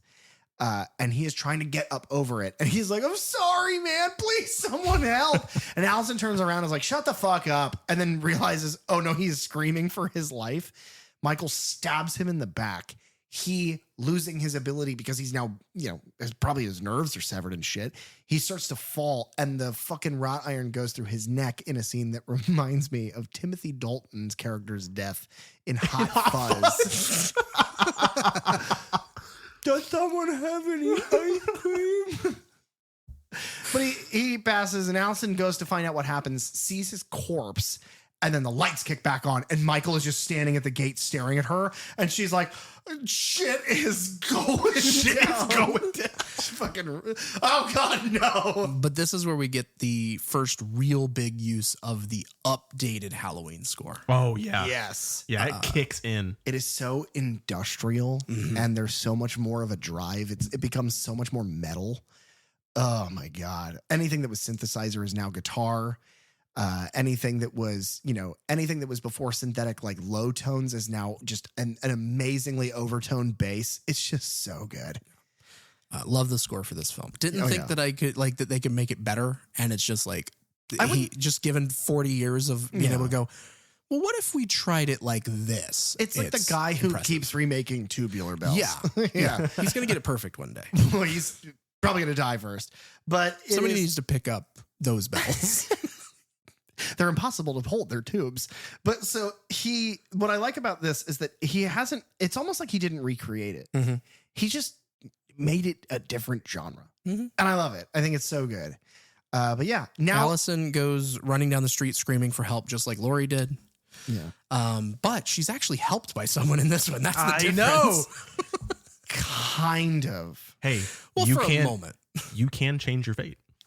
Oh, that's a thesis. This is interesting because this is the big twist of the film. This is where we set up the big reveal. First of all, nobody is unaware of what's happening now. Everybody is aware that Michael Myers, escaped convict who has murdered children in this town and is like a Jeffrey Dahmer style legend, is loose. And so Hawkins, who has Dr. Sartain with him, have now found Allison. Much like Loomis and Brackett cruising around in those first two. But this time they are like the difference from the original. This time the cop and the doctor are successful. They grab her. They then, in another interesting twist that is completely different, they are then successful at finding and apprehending Michael Myers. Yeah. Again, technology is better. I'm sure police training and police exercise for subduing assailants like this. Now remember ACAB, but they're better at it. Yeah. It sucks for us, but especially his plan was see suspect, hit suspect with car. Yeah, he hits Michael with his car pretty hard. It's in a way that, I'm personally afraid of. I'm terrified of being crushed by a car. I can't explain why, but just the idea of being murdered by being ran down by a car is terrifying to me. Yeah. And that happens to Michael. Yeah. Yeah. Because Sartain gets out and immediately checks his vitals and is, oh, you killed him. Yeah.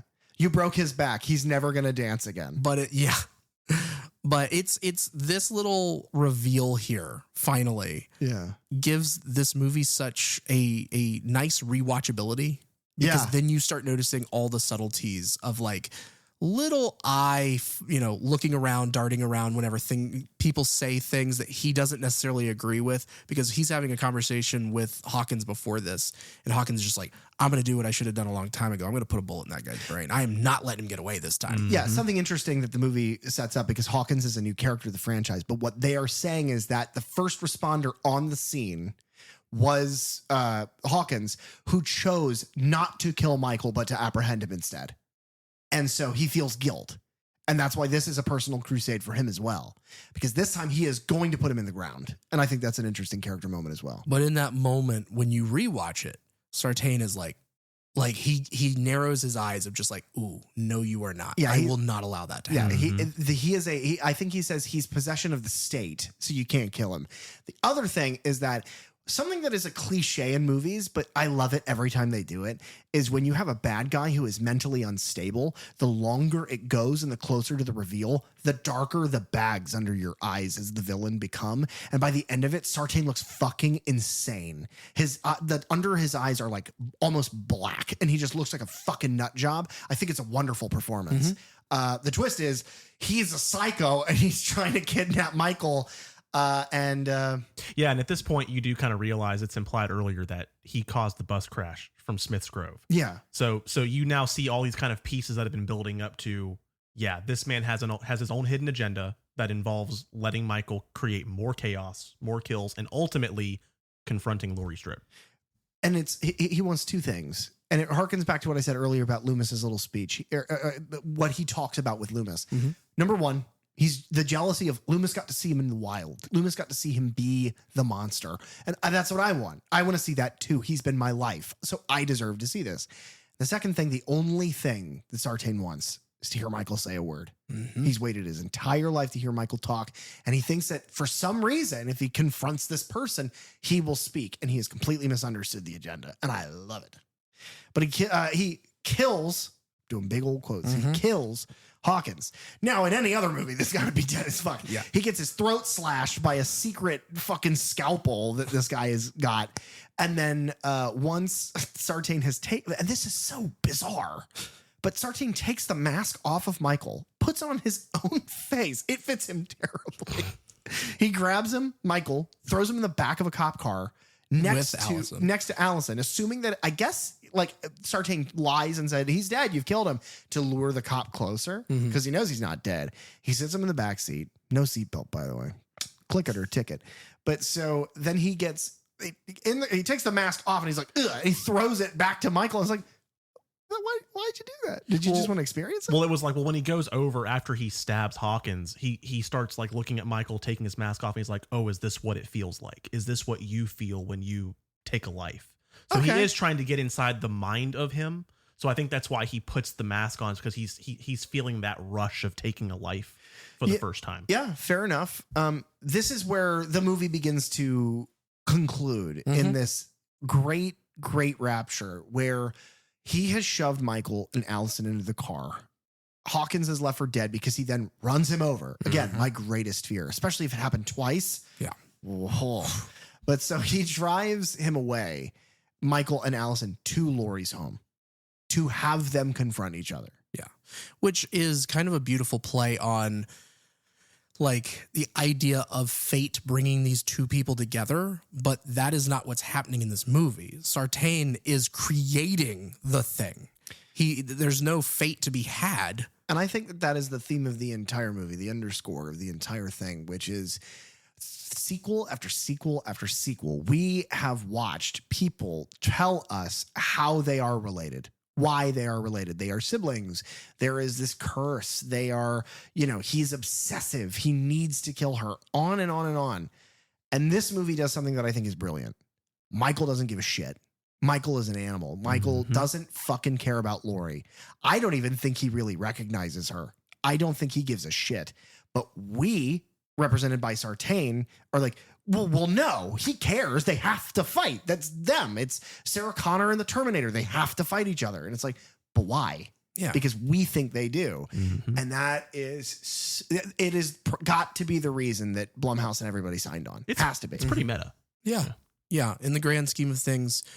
And it is that thing of, we, the audience, put that on them. There has to be a reason, much in the same way that we put feelings and like when we look at that mask, it is a blank slate that we project things onto. We project the same things onto this relationship between these two unrelated people that just happen to have had this thing happen between them 40 years ago.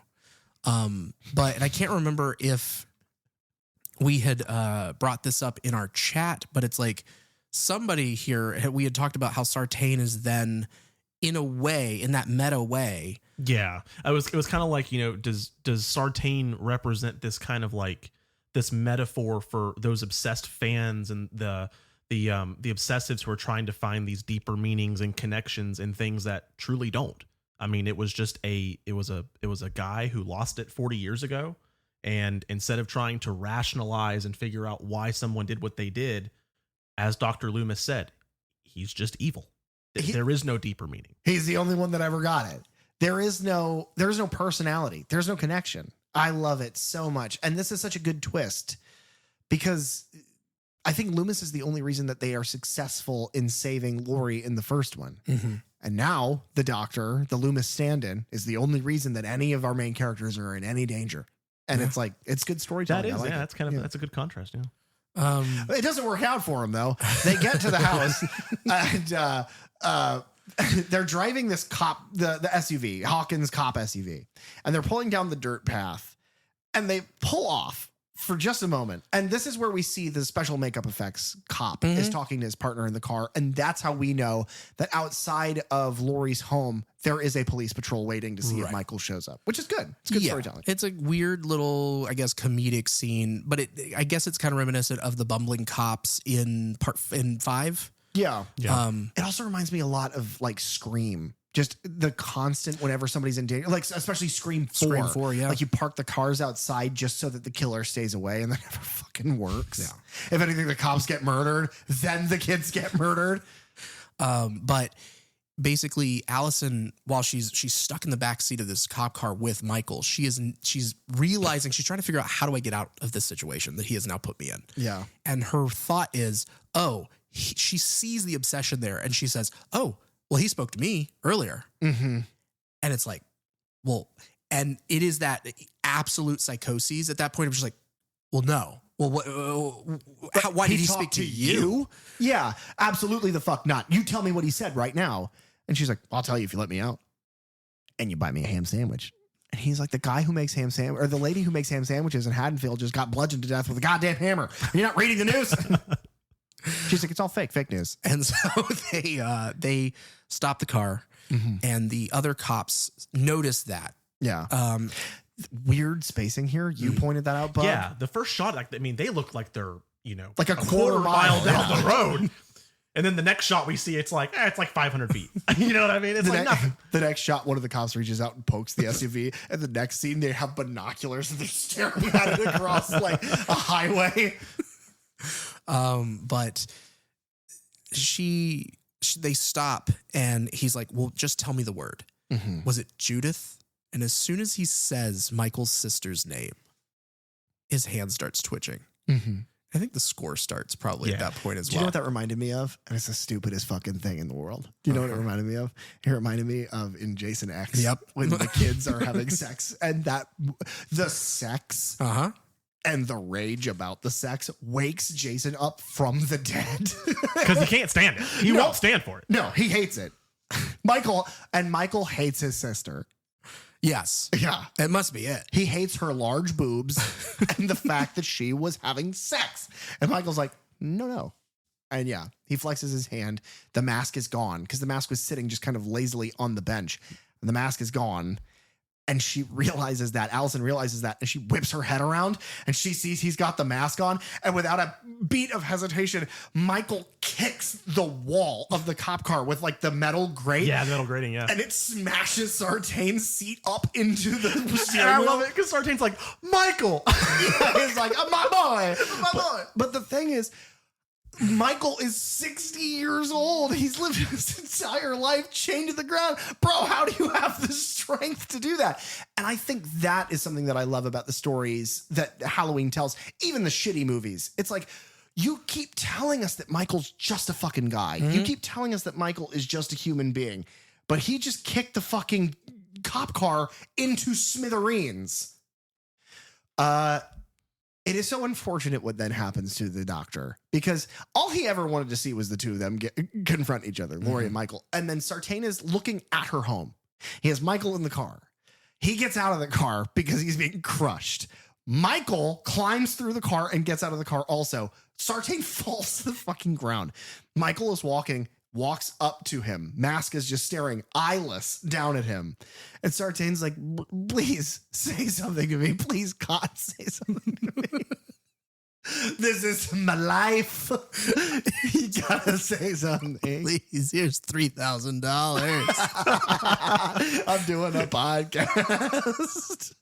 That's all it takes in this universe. If you've got $3,000 and you're doing a podcast, people do whatever the fuck you want, except release the list. But so fucking Sergeant's like, please give me the list. Michael raises his leg, and it is the most This is what I'm saying is when you do a kill off screen, you're like, oh, okay, this is one of those movies.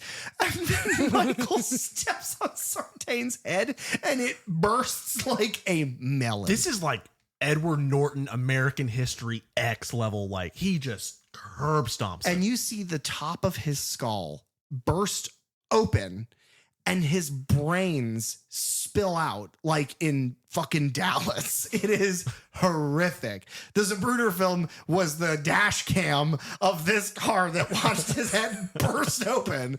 And Michael doesn't give a fuck. He's like, because he turns and he sees Allison running into the forest and he's like, don't care. And he crushes this guy's head, turns, sees another. And this is the point. You and I talked about this, Derek, when we talked about, I believe, Jason Lives, part 6, where Jason kills someone in that movie, turns, sees somebody else in the forest, and like, fuck it. And he just starts walking. And that's what they're doing with Michael. Michael has now killed this doctor. There is zero personal attachment. There's a person talking in front of him. He is subdued. He gets free, immediately murders him, and goes, all right, who's next? And he sees cops. And everyone knows Michael Myers doesn't like flashing lights. So yeah, that's in Loomis's dossier. Yeah. I shined a flashlight at him. He stabbed me with a fork. But yes, the cop car approaches, and then we cut back to Laurie's home at this point, and Ray sees the cop car drive up outside the house. So he goes outside to check on, do they have any news? Have they heard from Allison? Anything like that? We need to establish something really quickly. We need to establish the kitchen island. Oh my God, the kitchen island. So earlier, it's revealed that Laurie has a giant armory storage room, doomsday prepping facility in her basement. And the only way to get into the basement is you touch a button and the kitchen island slides at 90 degrees. Like a 90-degree rotate, to reveal a staircase. The problem that we have with that, we counted 8 times in total. 8 times. It takes about, 8-9 seconds? At least. For the whole thing to shift. It happens 8 times. And every time it happens, the camera watches it move all the way. Whole way. You could hint at it at the fucking 5th time. You could just see it move a little bit and go, okay, they're opening the thing. It is bizarre, but it's also a cool concept that she hid her room in something that you wouldn't think is movable. I'm sure whoever designed that was over like during the filming and was just like, yeah, do it one more time. Show it again. Do it one more time. It's just why are the cameras pointed over there? They should be pointed right at that island. That bar looks really good as it's moving. All right, David, we've shot this 4 times. Again. No, David, please, no. Again. Okay. No, it's a cool concept. It's overused, but it doesn't matter. It shows a bit of the mental fortitude that Laurie has taken from her trauma, wherein she can then use that trauma and she has protected her and her own in ways that, in ways that you do when you just muse about what happened to you for 40 years. Which is kind of at play there with Laurie and Karen have this moment upstairs. We talked about her childhood bedroom and the past references in there, but they're talking about, there's almost an apology there of like, I'm sorry that this is the life that we've had to live and that I've raised you the way that I did, but here are the reasons why. It's almost imploring. It's like, please tell me you get it. Yeah. Look at what's happening. This happened to me. Please tell me you get it.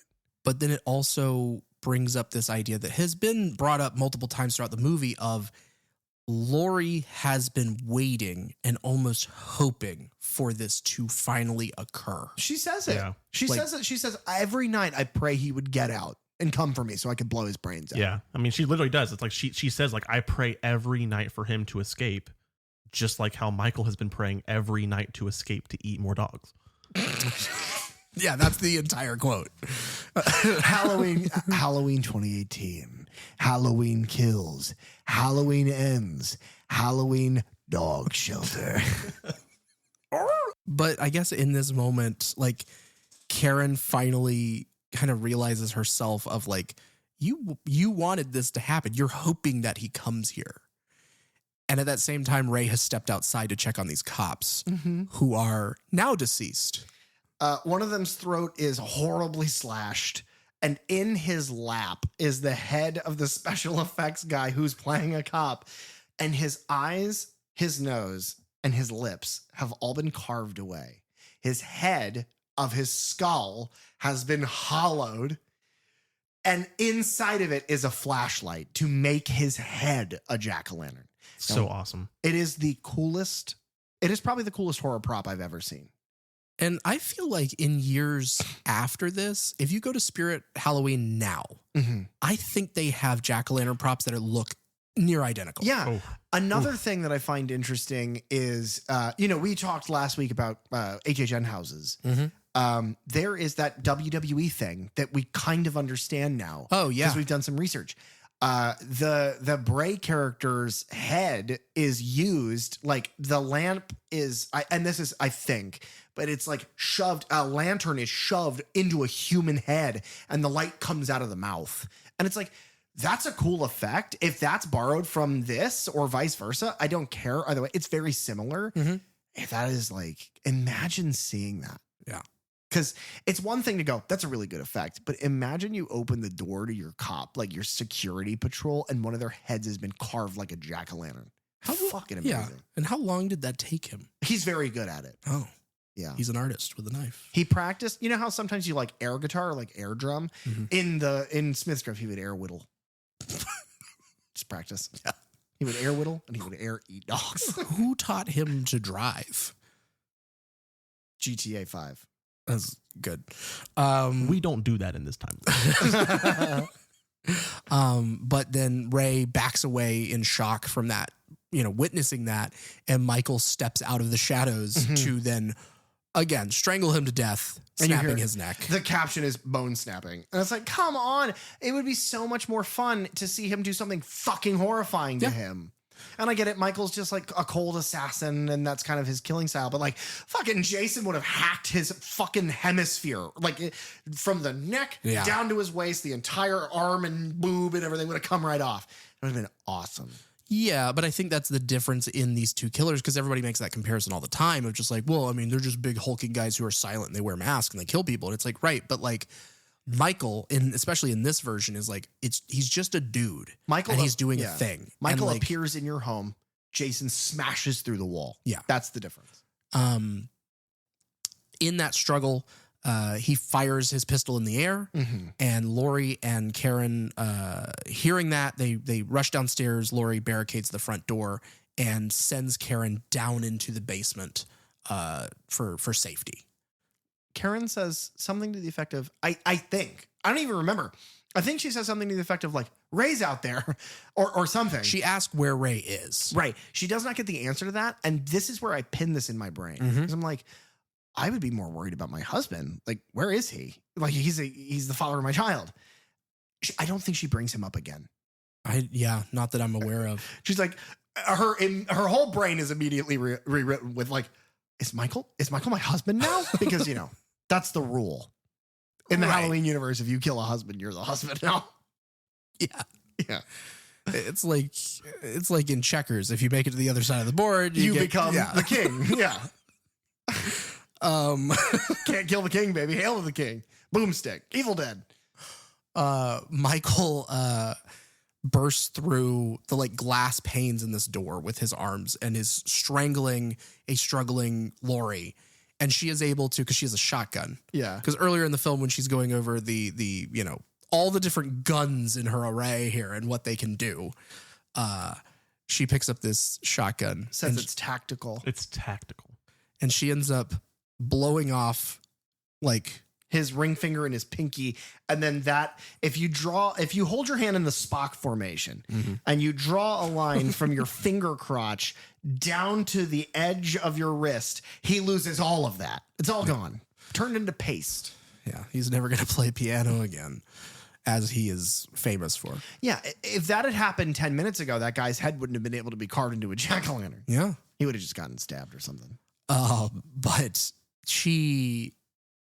Laurie then also goes down, and we see the island bar open up again and close again because she has to go down there and now join. Another 10 seconds. But Michael makes it into the house. And this is brilliant. I love this so much. Because they're downstairs, they're in the basement, and they're just hearing. And it's like the dust falling from the ceiling because he's taking such heavy steps. And so it is kind of a chess game in that way of them trying to feel each other out of like, he doesn't know exactly where they are. And then they make their presence known because Laurie fires up through the floor at sounds that he's making.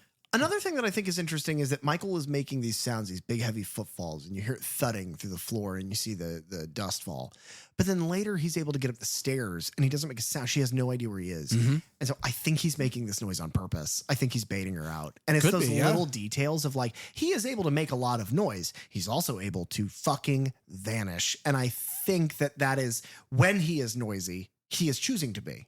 And it's just a character study on Michael Myers, and I think it's interesting. I don't know. When I look at that scene when she fires the shot, so because again, Laurie is looking up, following the sound of the footsteps. She takes the shot. Once she takes the shot, there is no more sound. I think Michael realizes that if he makes no more sound, that's going to lure them out because they now think, okay, either he's fallen over, dead, or he is another part of the house. It's the bait and switch. He's trying to lure them out now. Here I am. Where are you? Gunshot from the floor. Okay, so somehow you got down there, and I'll figure that out. Because then the next thing she does is say, I have to go upstairs and finish this. And she leaves the safety of the basement. And I don't even think that he sees her leave. I don't think he sees the island move. We fucking do. We see it open and close. Oh, yeah, he doesn't because he goes upstairs. Right. He goes upstairs, by the way. To at some point he has left the house and he's grabbed Ray's body, and that's important because he takes that upstairs. The only way I can describe this is he takes it upstairs to the mannequin room. Laurie has a weird house. There's a giant empty room with a fireplace in it with nothing else. There are several bedrooms with just things, but one of the bedrooms is filled with camping supplies and fucking mannequins. Yeah, like 6 mannequins. And so Michael at one point is like, well, I'm going to hide in this mannequin room. But first, and he shoves her son-in-law into the closet, just like, fuck you, your luggage. I like to look at it as like when she takes that shot and he's like, I have no idea where the fuck she is. Shit is going down. I think he realizes like, okay, this may be my last chance to do some weird shit with a dead body. I'm going to go get my kicks in now while I can. He pulls out his whittling knife and he's like, I don't know, fucking time. The other thing that I love about this so much is that as Michael, because earlier he drapes the sheet on Vicky and she's sitting in the chair. And I pointed out because Dave has carved a pumpkin and it's got like heart eyes and whatnot. And Julian's room has an aquarium in it, like a little fish tank. And so when the Sheriff Hawkins walks in and discovers her body, she's sitting with a sheet on her and there's a pumpkin smashed into the aquarium. And I was like, Michael, you're losing your edge, brother. That's lazy as hell. And so this one is even worse. He's looking around. He's like, could I make him look like a mannequin? No, I don't have anything to stick him up. Could I hang him from something? No. And he hears footsteps up the stairs. Like, oh, fuck. And he just shoves He's like, his play body. bucket.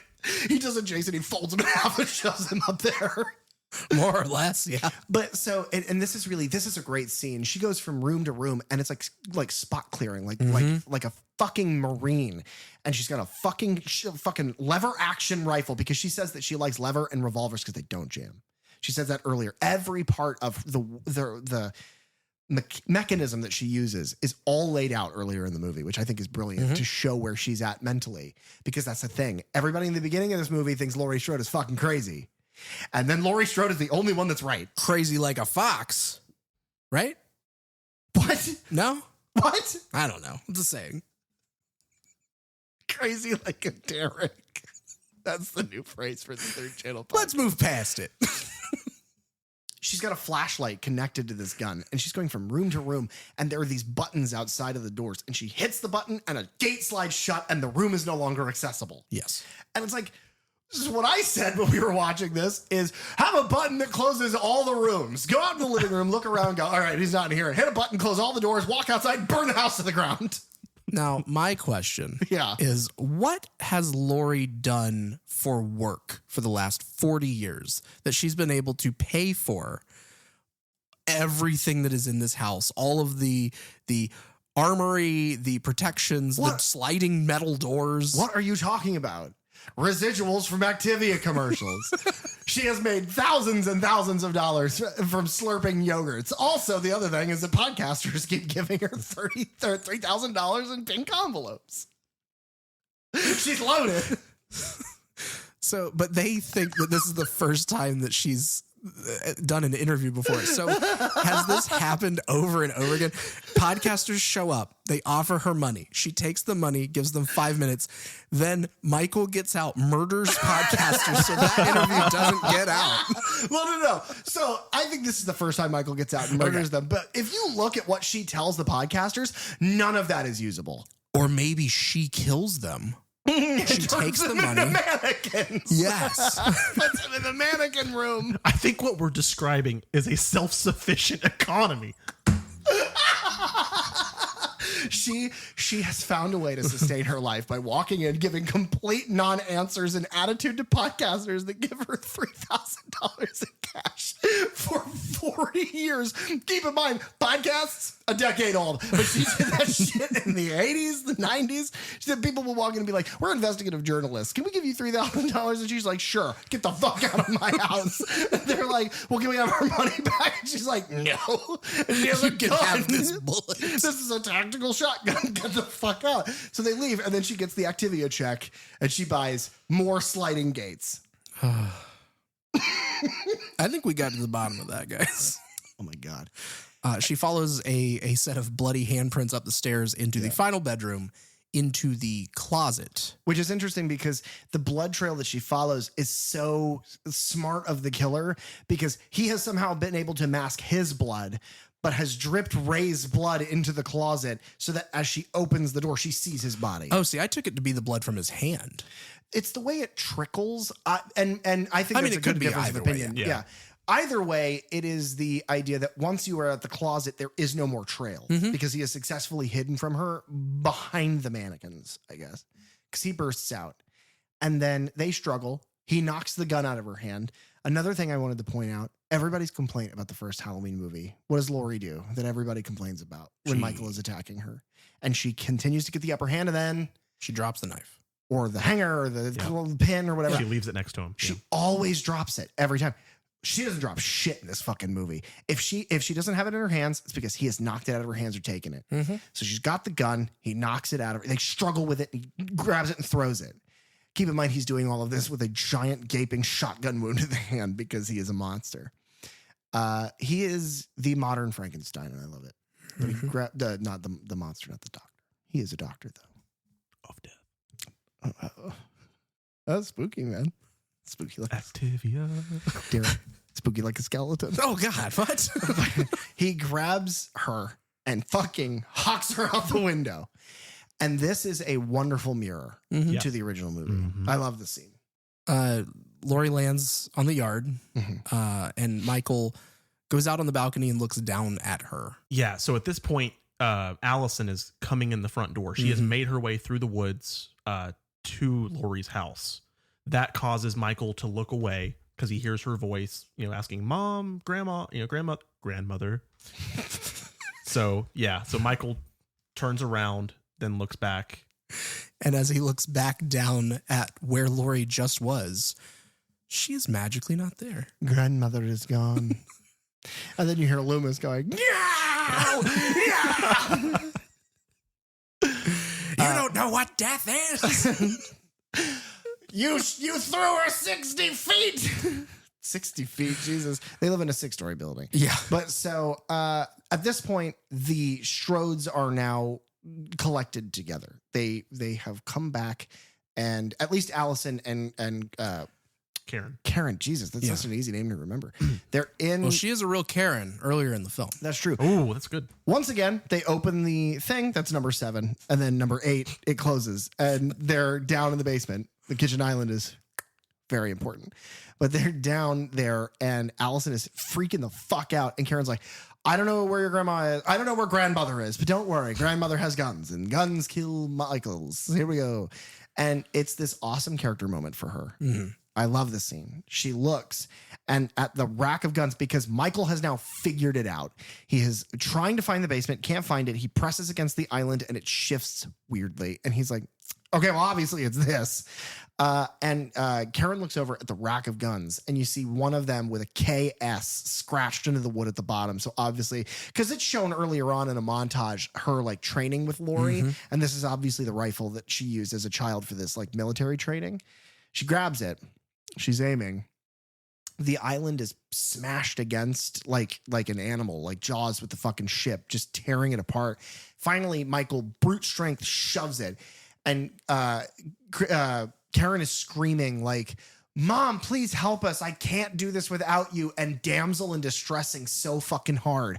And so then Michael leans his head and she goes, gotcha, and drops the act, firing a bullet. And it's like, it is like, I think across the cheek probably hits him in the face. Hits him in the face. Yeah. Michael's got that plot armor.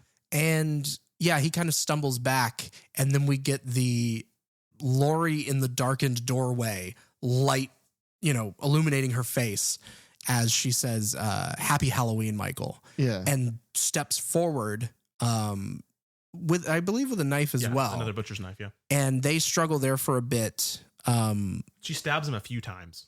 And then she gets like a cast iron skillet and like hits him and knocks him down into the basement. Yeah, he does the classic like Michael lay on the ground position. And then as they're trying to scramble up the stairs, the sit back up, which is so good. Yeah, and it's really good. And it's that thing of like they draw attention to it, but it's also it almost happens in the background as they're coming up. So to kind of mirror that original shot. Yeah, it is the flip of foreground to background and how he is out of focus just enough that we're focusing on them. And then I think the focus switches for just a second to him as he sits up and then back to the girls as they're trying to escape. But he follows him. Yes. He tries to get him. He almost does. Yeah, so he reaches up, he grabs Karen's leg, and as the struggle of trying to get Karen up, Allison looks over to the left and sees the giant butcher knife that Laurie had just used to stab Michael, grabs the knife, goes to help, starts stabbing at Michael in the arms. That causes him to let go of Karen. Yeah. And then the grand plan is finally revealed here of they pull a lever in the like lining of this entrance to the basement. Right. And many swords. Yeah, these giant spikes. They look like swords. Yeah. And they jut out of the basement entrance, like the rectangle into the floor's void that makes the basement entrance. That rectangle is then like a gate. The swords stab across. This is crazy to try to fucking explain. This is at the point where the guy who designed it really gets off because this is the climax. He's like, I've been coming to the idea of this kitchen island for a fucking month. This is Pull the lever. Yeah, fucking. She said the fourth page, but that's because she got the script backwards. And Jamie Lee Curtis is like, I like this kitchen island shit. I'm involved. I like that Laurie came up with that. I came up with that. I'm a producer now. But the swords stab through and they trap Michael like a gate, like a prison cell. Yep. And he's down there. They pull a lever, another lever, and gas in the lining of the house. Natural gas starts pouring out of these pyre lights that are starting to heat. And they set the whole fucking house on fire. Yeah. And they just leave. Now, one thing I want to say, remember earlier when I was like, I don't think Karen thinks anything about her husband. His body is upstairs. Yeah. And it is immediately burned. And she doesn't say a word.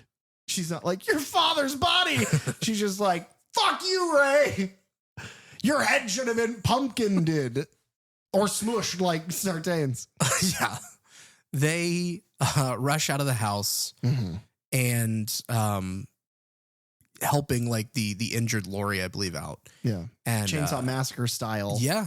A truck pulls up, which has to be an homage to Texas Chainsaw. Yeah. It's like the blue pickup truck driving down the road in the middle of nowhere that the women with agency are able to escape onto and get away from the killer. Yeah. In this case, Jamie Lee Curtis referred to them as the Hallow Women. I love that. Yeah. That's honestly really cool. Hallow women get it done. No, their dynamic as a family here is it's the generational, because you had mentioned, Bug, generational trauma, that you see that kind of play out. Yeah. This is generational strength. This is the reliance on each other. Even as a strained family, they're together. It's the respect for Laurie that has come out now in this moment of like, oh my God, you fucking saved our lives. Not my husband. You did nothing for him, but you saved our lives. Well, I do like that. I like that idea of like, yeah, through yet another traumatic experience, they are now united again. They're all aligned. But I also love the idea that they think this is over. Yeah. and they do not realize this is the first chapter. Now, Right. question, Bug, as a husband, would you rather your body have been taken out of the house before being immolated? Or are you okay to have been completely forgotten about during all of this and set on fire, folded in half in a closet? Yeah, I'm pretty sure I'd be outraged. I would haunt you from the grave. Okay, yeah. I would haunt you from the grave. Look out, Bug's wife. But so, yeah. That's a King of the Hill reference. Oh, great. We have this, Hello, Hank's wife. we have this amazing moment. We have this amazing moment where, and I pointed this out during our rewatch, like at the end of Halloween, where Loomis is screaming, ah! You cut around the house and the end of Halloween. You kind of do that here. Mhm. It doesn't take as long, but it is the same kind of shot, no transitional Yeah. material. As we It's journey back into the house. outside, back into the house, into the childhood bedroom, then down looking at the basement. All of it is burning into fucking flames. Michael is not there. He's not visible.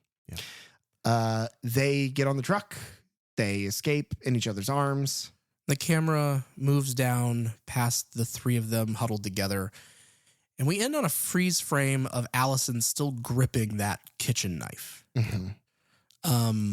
It reminds me a lot. The implication of that Mhm. reminds me a lot, not only of Jamie Right? from Halloween, Michael Myers, The Return of Michael Myers, but it also reminds me of Melissa Barrera's character in Scream 6 after killing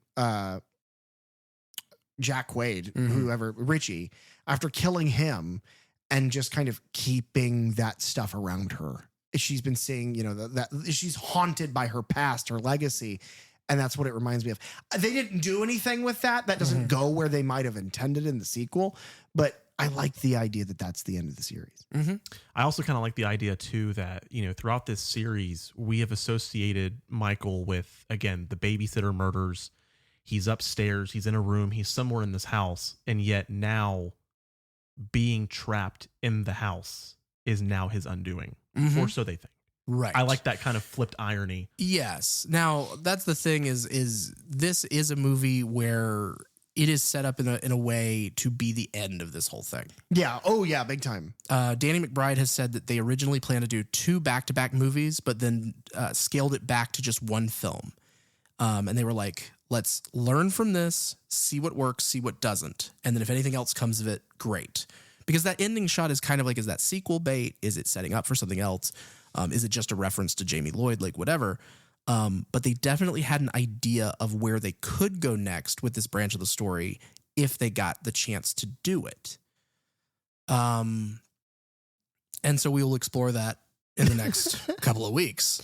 Because it's that thing of like they set up what I think is this perfect little ending. And then they were like, but we made like $260 million.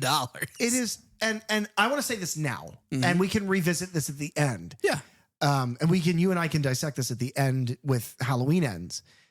The thing is, it is so disjointed and disconnected. This is such a good homage. And the theming of them, this feels like John Carpenter's Halloween. The next one feels like a big studio and like a franchise movie. It feels like a Fast and Furious movie. It's fucking insane. And then the third one feels like it's trying to be like The Blackcoat's Daughter or The Witch, something really fucking heady, and also isn't. And so it's like 3 very differently thematic films that feel like they don't fit together at all. I don't know how this happened. I'm so interested in the next 2 movies when you go over production and like the nuts and bolts of how the movie was created. I'm on the edge of my fucking seat, man, because it's like, how do you get from this to that? That's wild. And it's so funny that PJ made the General Hux reference earlier because these do remind me of the new Star Wars sequel. Big trilogy. time. In Big that time. same kind of way. Did Kathleen Kennedy make these movies? Okay. Derek, would you recommend Halloween, the 2018 version? Yeah. This is, I absolutely recommend this. This is one of my favorite, if not my favorite, of the sequels to the original Halloween. Would you give it a half a star? No. Okay. You give it what? I'd give it at More least stars? 4 stars. Yeah, I'd probably give this 4 stars. Let me ask you a question. Do you recommend this without any other material except the original Halloween film? Yes. Okay. Yeah. That's all you would need to see. Yeah, that's what I think is amazing. It is, I think, the struggle with it's the struggle with comic book storytelling. Yes. Of how do we get new viewers or new readers in this case to come into this franchise and read Batman or Superman or Halloween whenever they're like, ooh, but that started in the 70s. There's like 9 movies ahead of this. I don't know what any of this is. Do I have to watch all of that? It's like, no. Do you know who this character is? Do you know what's happening? Oh, did you read 1? Did you watch 1? You can pick up right here and be perfectly fine. Yeah. And and in a similar way, like I have that thought with, and we talked about this with Freddy vs. Jason, where I'm like, if you've seen like a couple of those other ones and you're like, well, let's give Freddy vs. Jason a chance. And then that could go, oh, I understand everything I need to in this one. And now I can go back and maybe explore the Curse of Thorn trilogy or the H20 or whatever, What's funny is a lot of my horror stuff I started with, my perspective is an interesting one. The first foray into horror movies that I had was Scream. You and I went and watched Scream years ago at this point. But we watched Scream 5 at my house first. In doing so, it references the original series so well that you don't really need to. I didn't need to see them. I understood what was happening. There are references, little hero moments where you see a character with the camera, what is obviously a look at this. And I didn't understand any of that, but I could enjoy the movie for what it was. I understood the antagonists and the protagonists. I would say Freddy versus Jason, you don't need to see any of them. Culturally, do you know who these two are? They explain their backstories. They explain who they are. If you don't know who they are, they will tell you. This is a movie that I think I recommend. I would say you could watch this one alone. Yeah, go in dry. It explains itself so well that, think about it. If Halloween didn't exist and this was the movie does a perfectly good job explaining who everyone is, what happened, how long ago, how it's affected everyone. I would say you could probably go into this one just alone and it still would be a 4-star movie. It is a fantastic horror movie. It deserved the box office. It did not deserve half a star. It was from beginning to end, this is without a doubt my favorite sequel. This one is the only one of the franchise that puts up a fight to be as good as the original. Yeah. I think it's brilliant. Bug, do you recommend Halloween 2018? Oh yeah, 100%. I think this one, again, the feeling of watching this in the theater for the first time, it really kind of like reinvigorated that love that I have for this series. And in a lot of ways, we were talking about how this is it has that modern feel. And again, to kind of go back to that Star Wars analogy, this kind of felt like watching it. It was like, this feels like my generation's Halloween. And again, as much as I say I love it, it does kind of pain me to know what comes next with kills. And I am so excited to see. I think it works. If this had truly been the end, I think it would have been this perfect little bookend of these are the only 2 we need. But then they do the genius thing of at the very end of the credits, our score has played out, and then you just hear the breathing behind that mask. And it's like, he's trapped. We have burned the house down. There's no way that he could possibly have gotten out. But he did. But he did. Right. But that's the thing about this franchise. You then don't need to explore that. No. He got out. No. It is the horror that is the final shots of the original Halloween. It is I no longer where he was, he no longer is, and he could be anywhere. Oh wait, I get it now. Crazy as a fox, Fox and the Hound, Hound is a dog, Michael needs to eat more dogs. He got it. Thanks for tuning into the Third Channel podcast. Please, if you have the time, rate, review, and subscribe on Apple Podcasts, Spotify, or any of your favorite podcast apps. You can follow us on social media at Third Channel Podcast, and you can find me online at thatdrosenberg. You can also reach out to us at thirdchannelpodcast@gmail.com, where we check every message we swear. Third Channel is hosted by PJ Minette and Derek Rosenberg. Theme song and audio engineering by Fly Guy Ty. The logo designed by Belle DeVelco. Episode artwork by Nathan Walkington. Keep it tuned right here to the third channel for all things horror. And remember, don't touch that dial.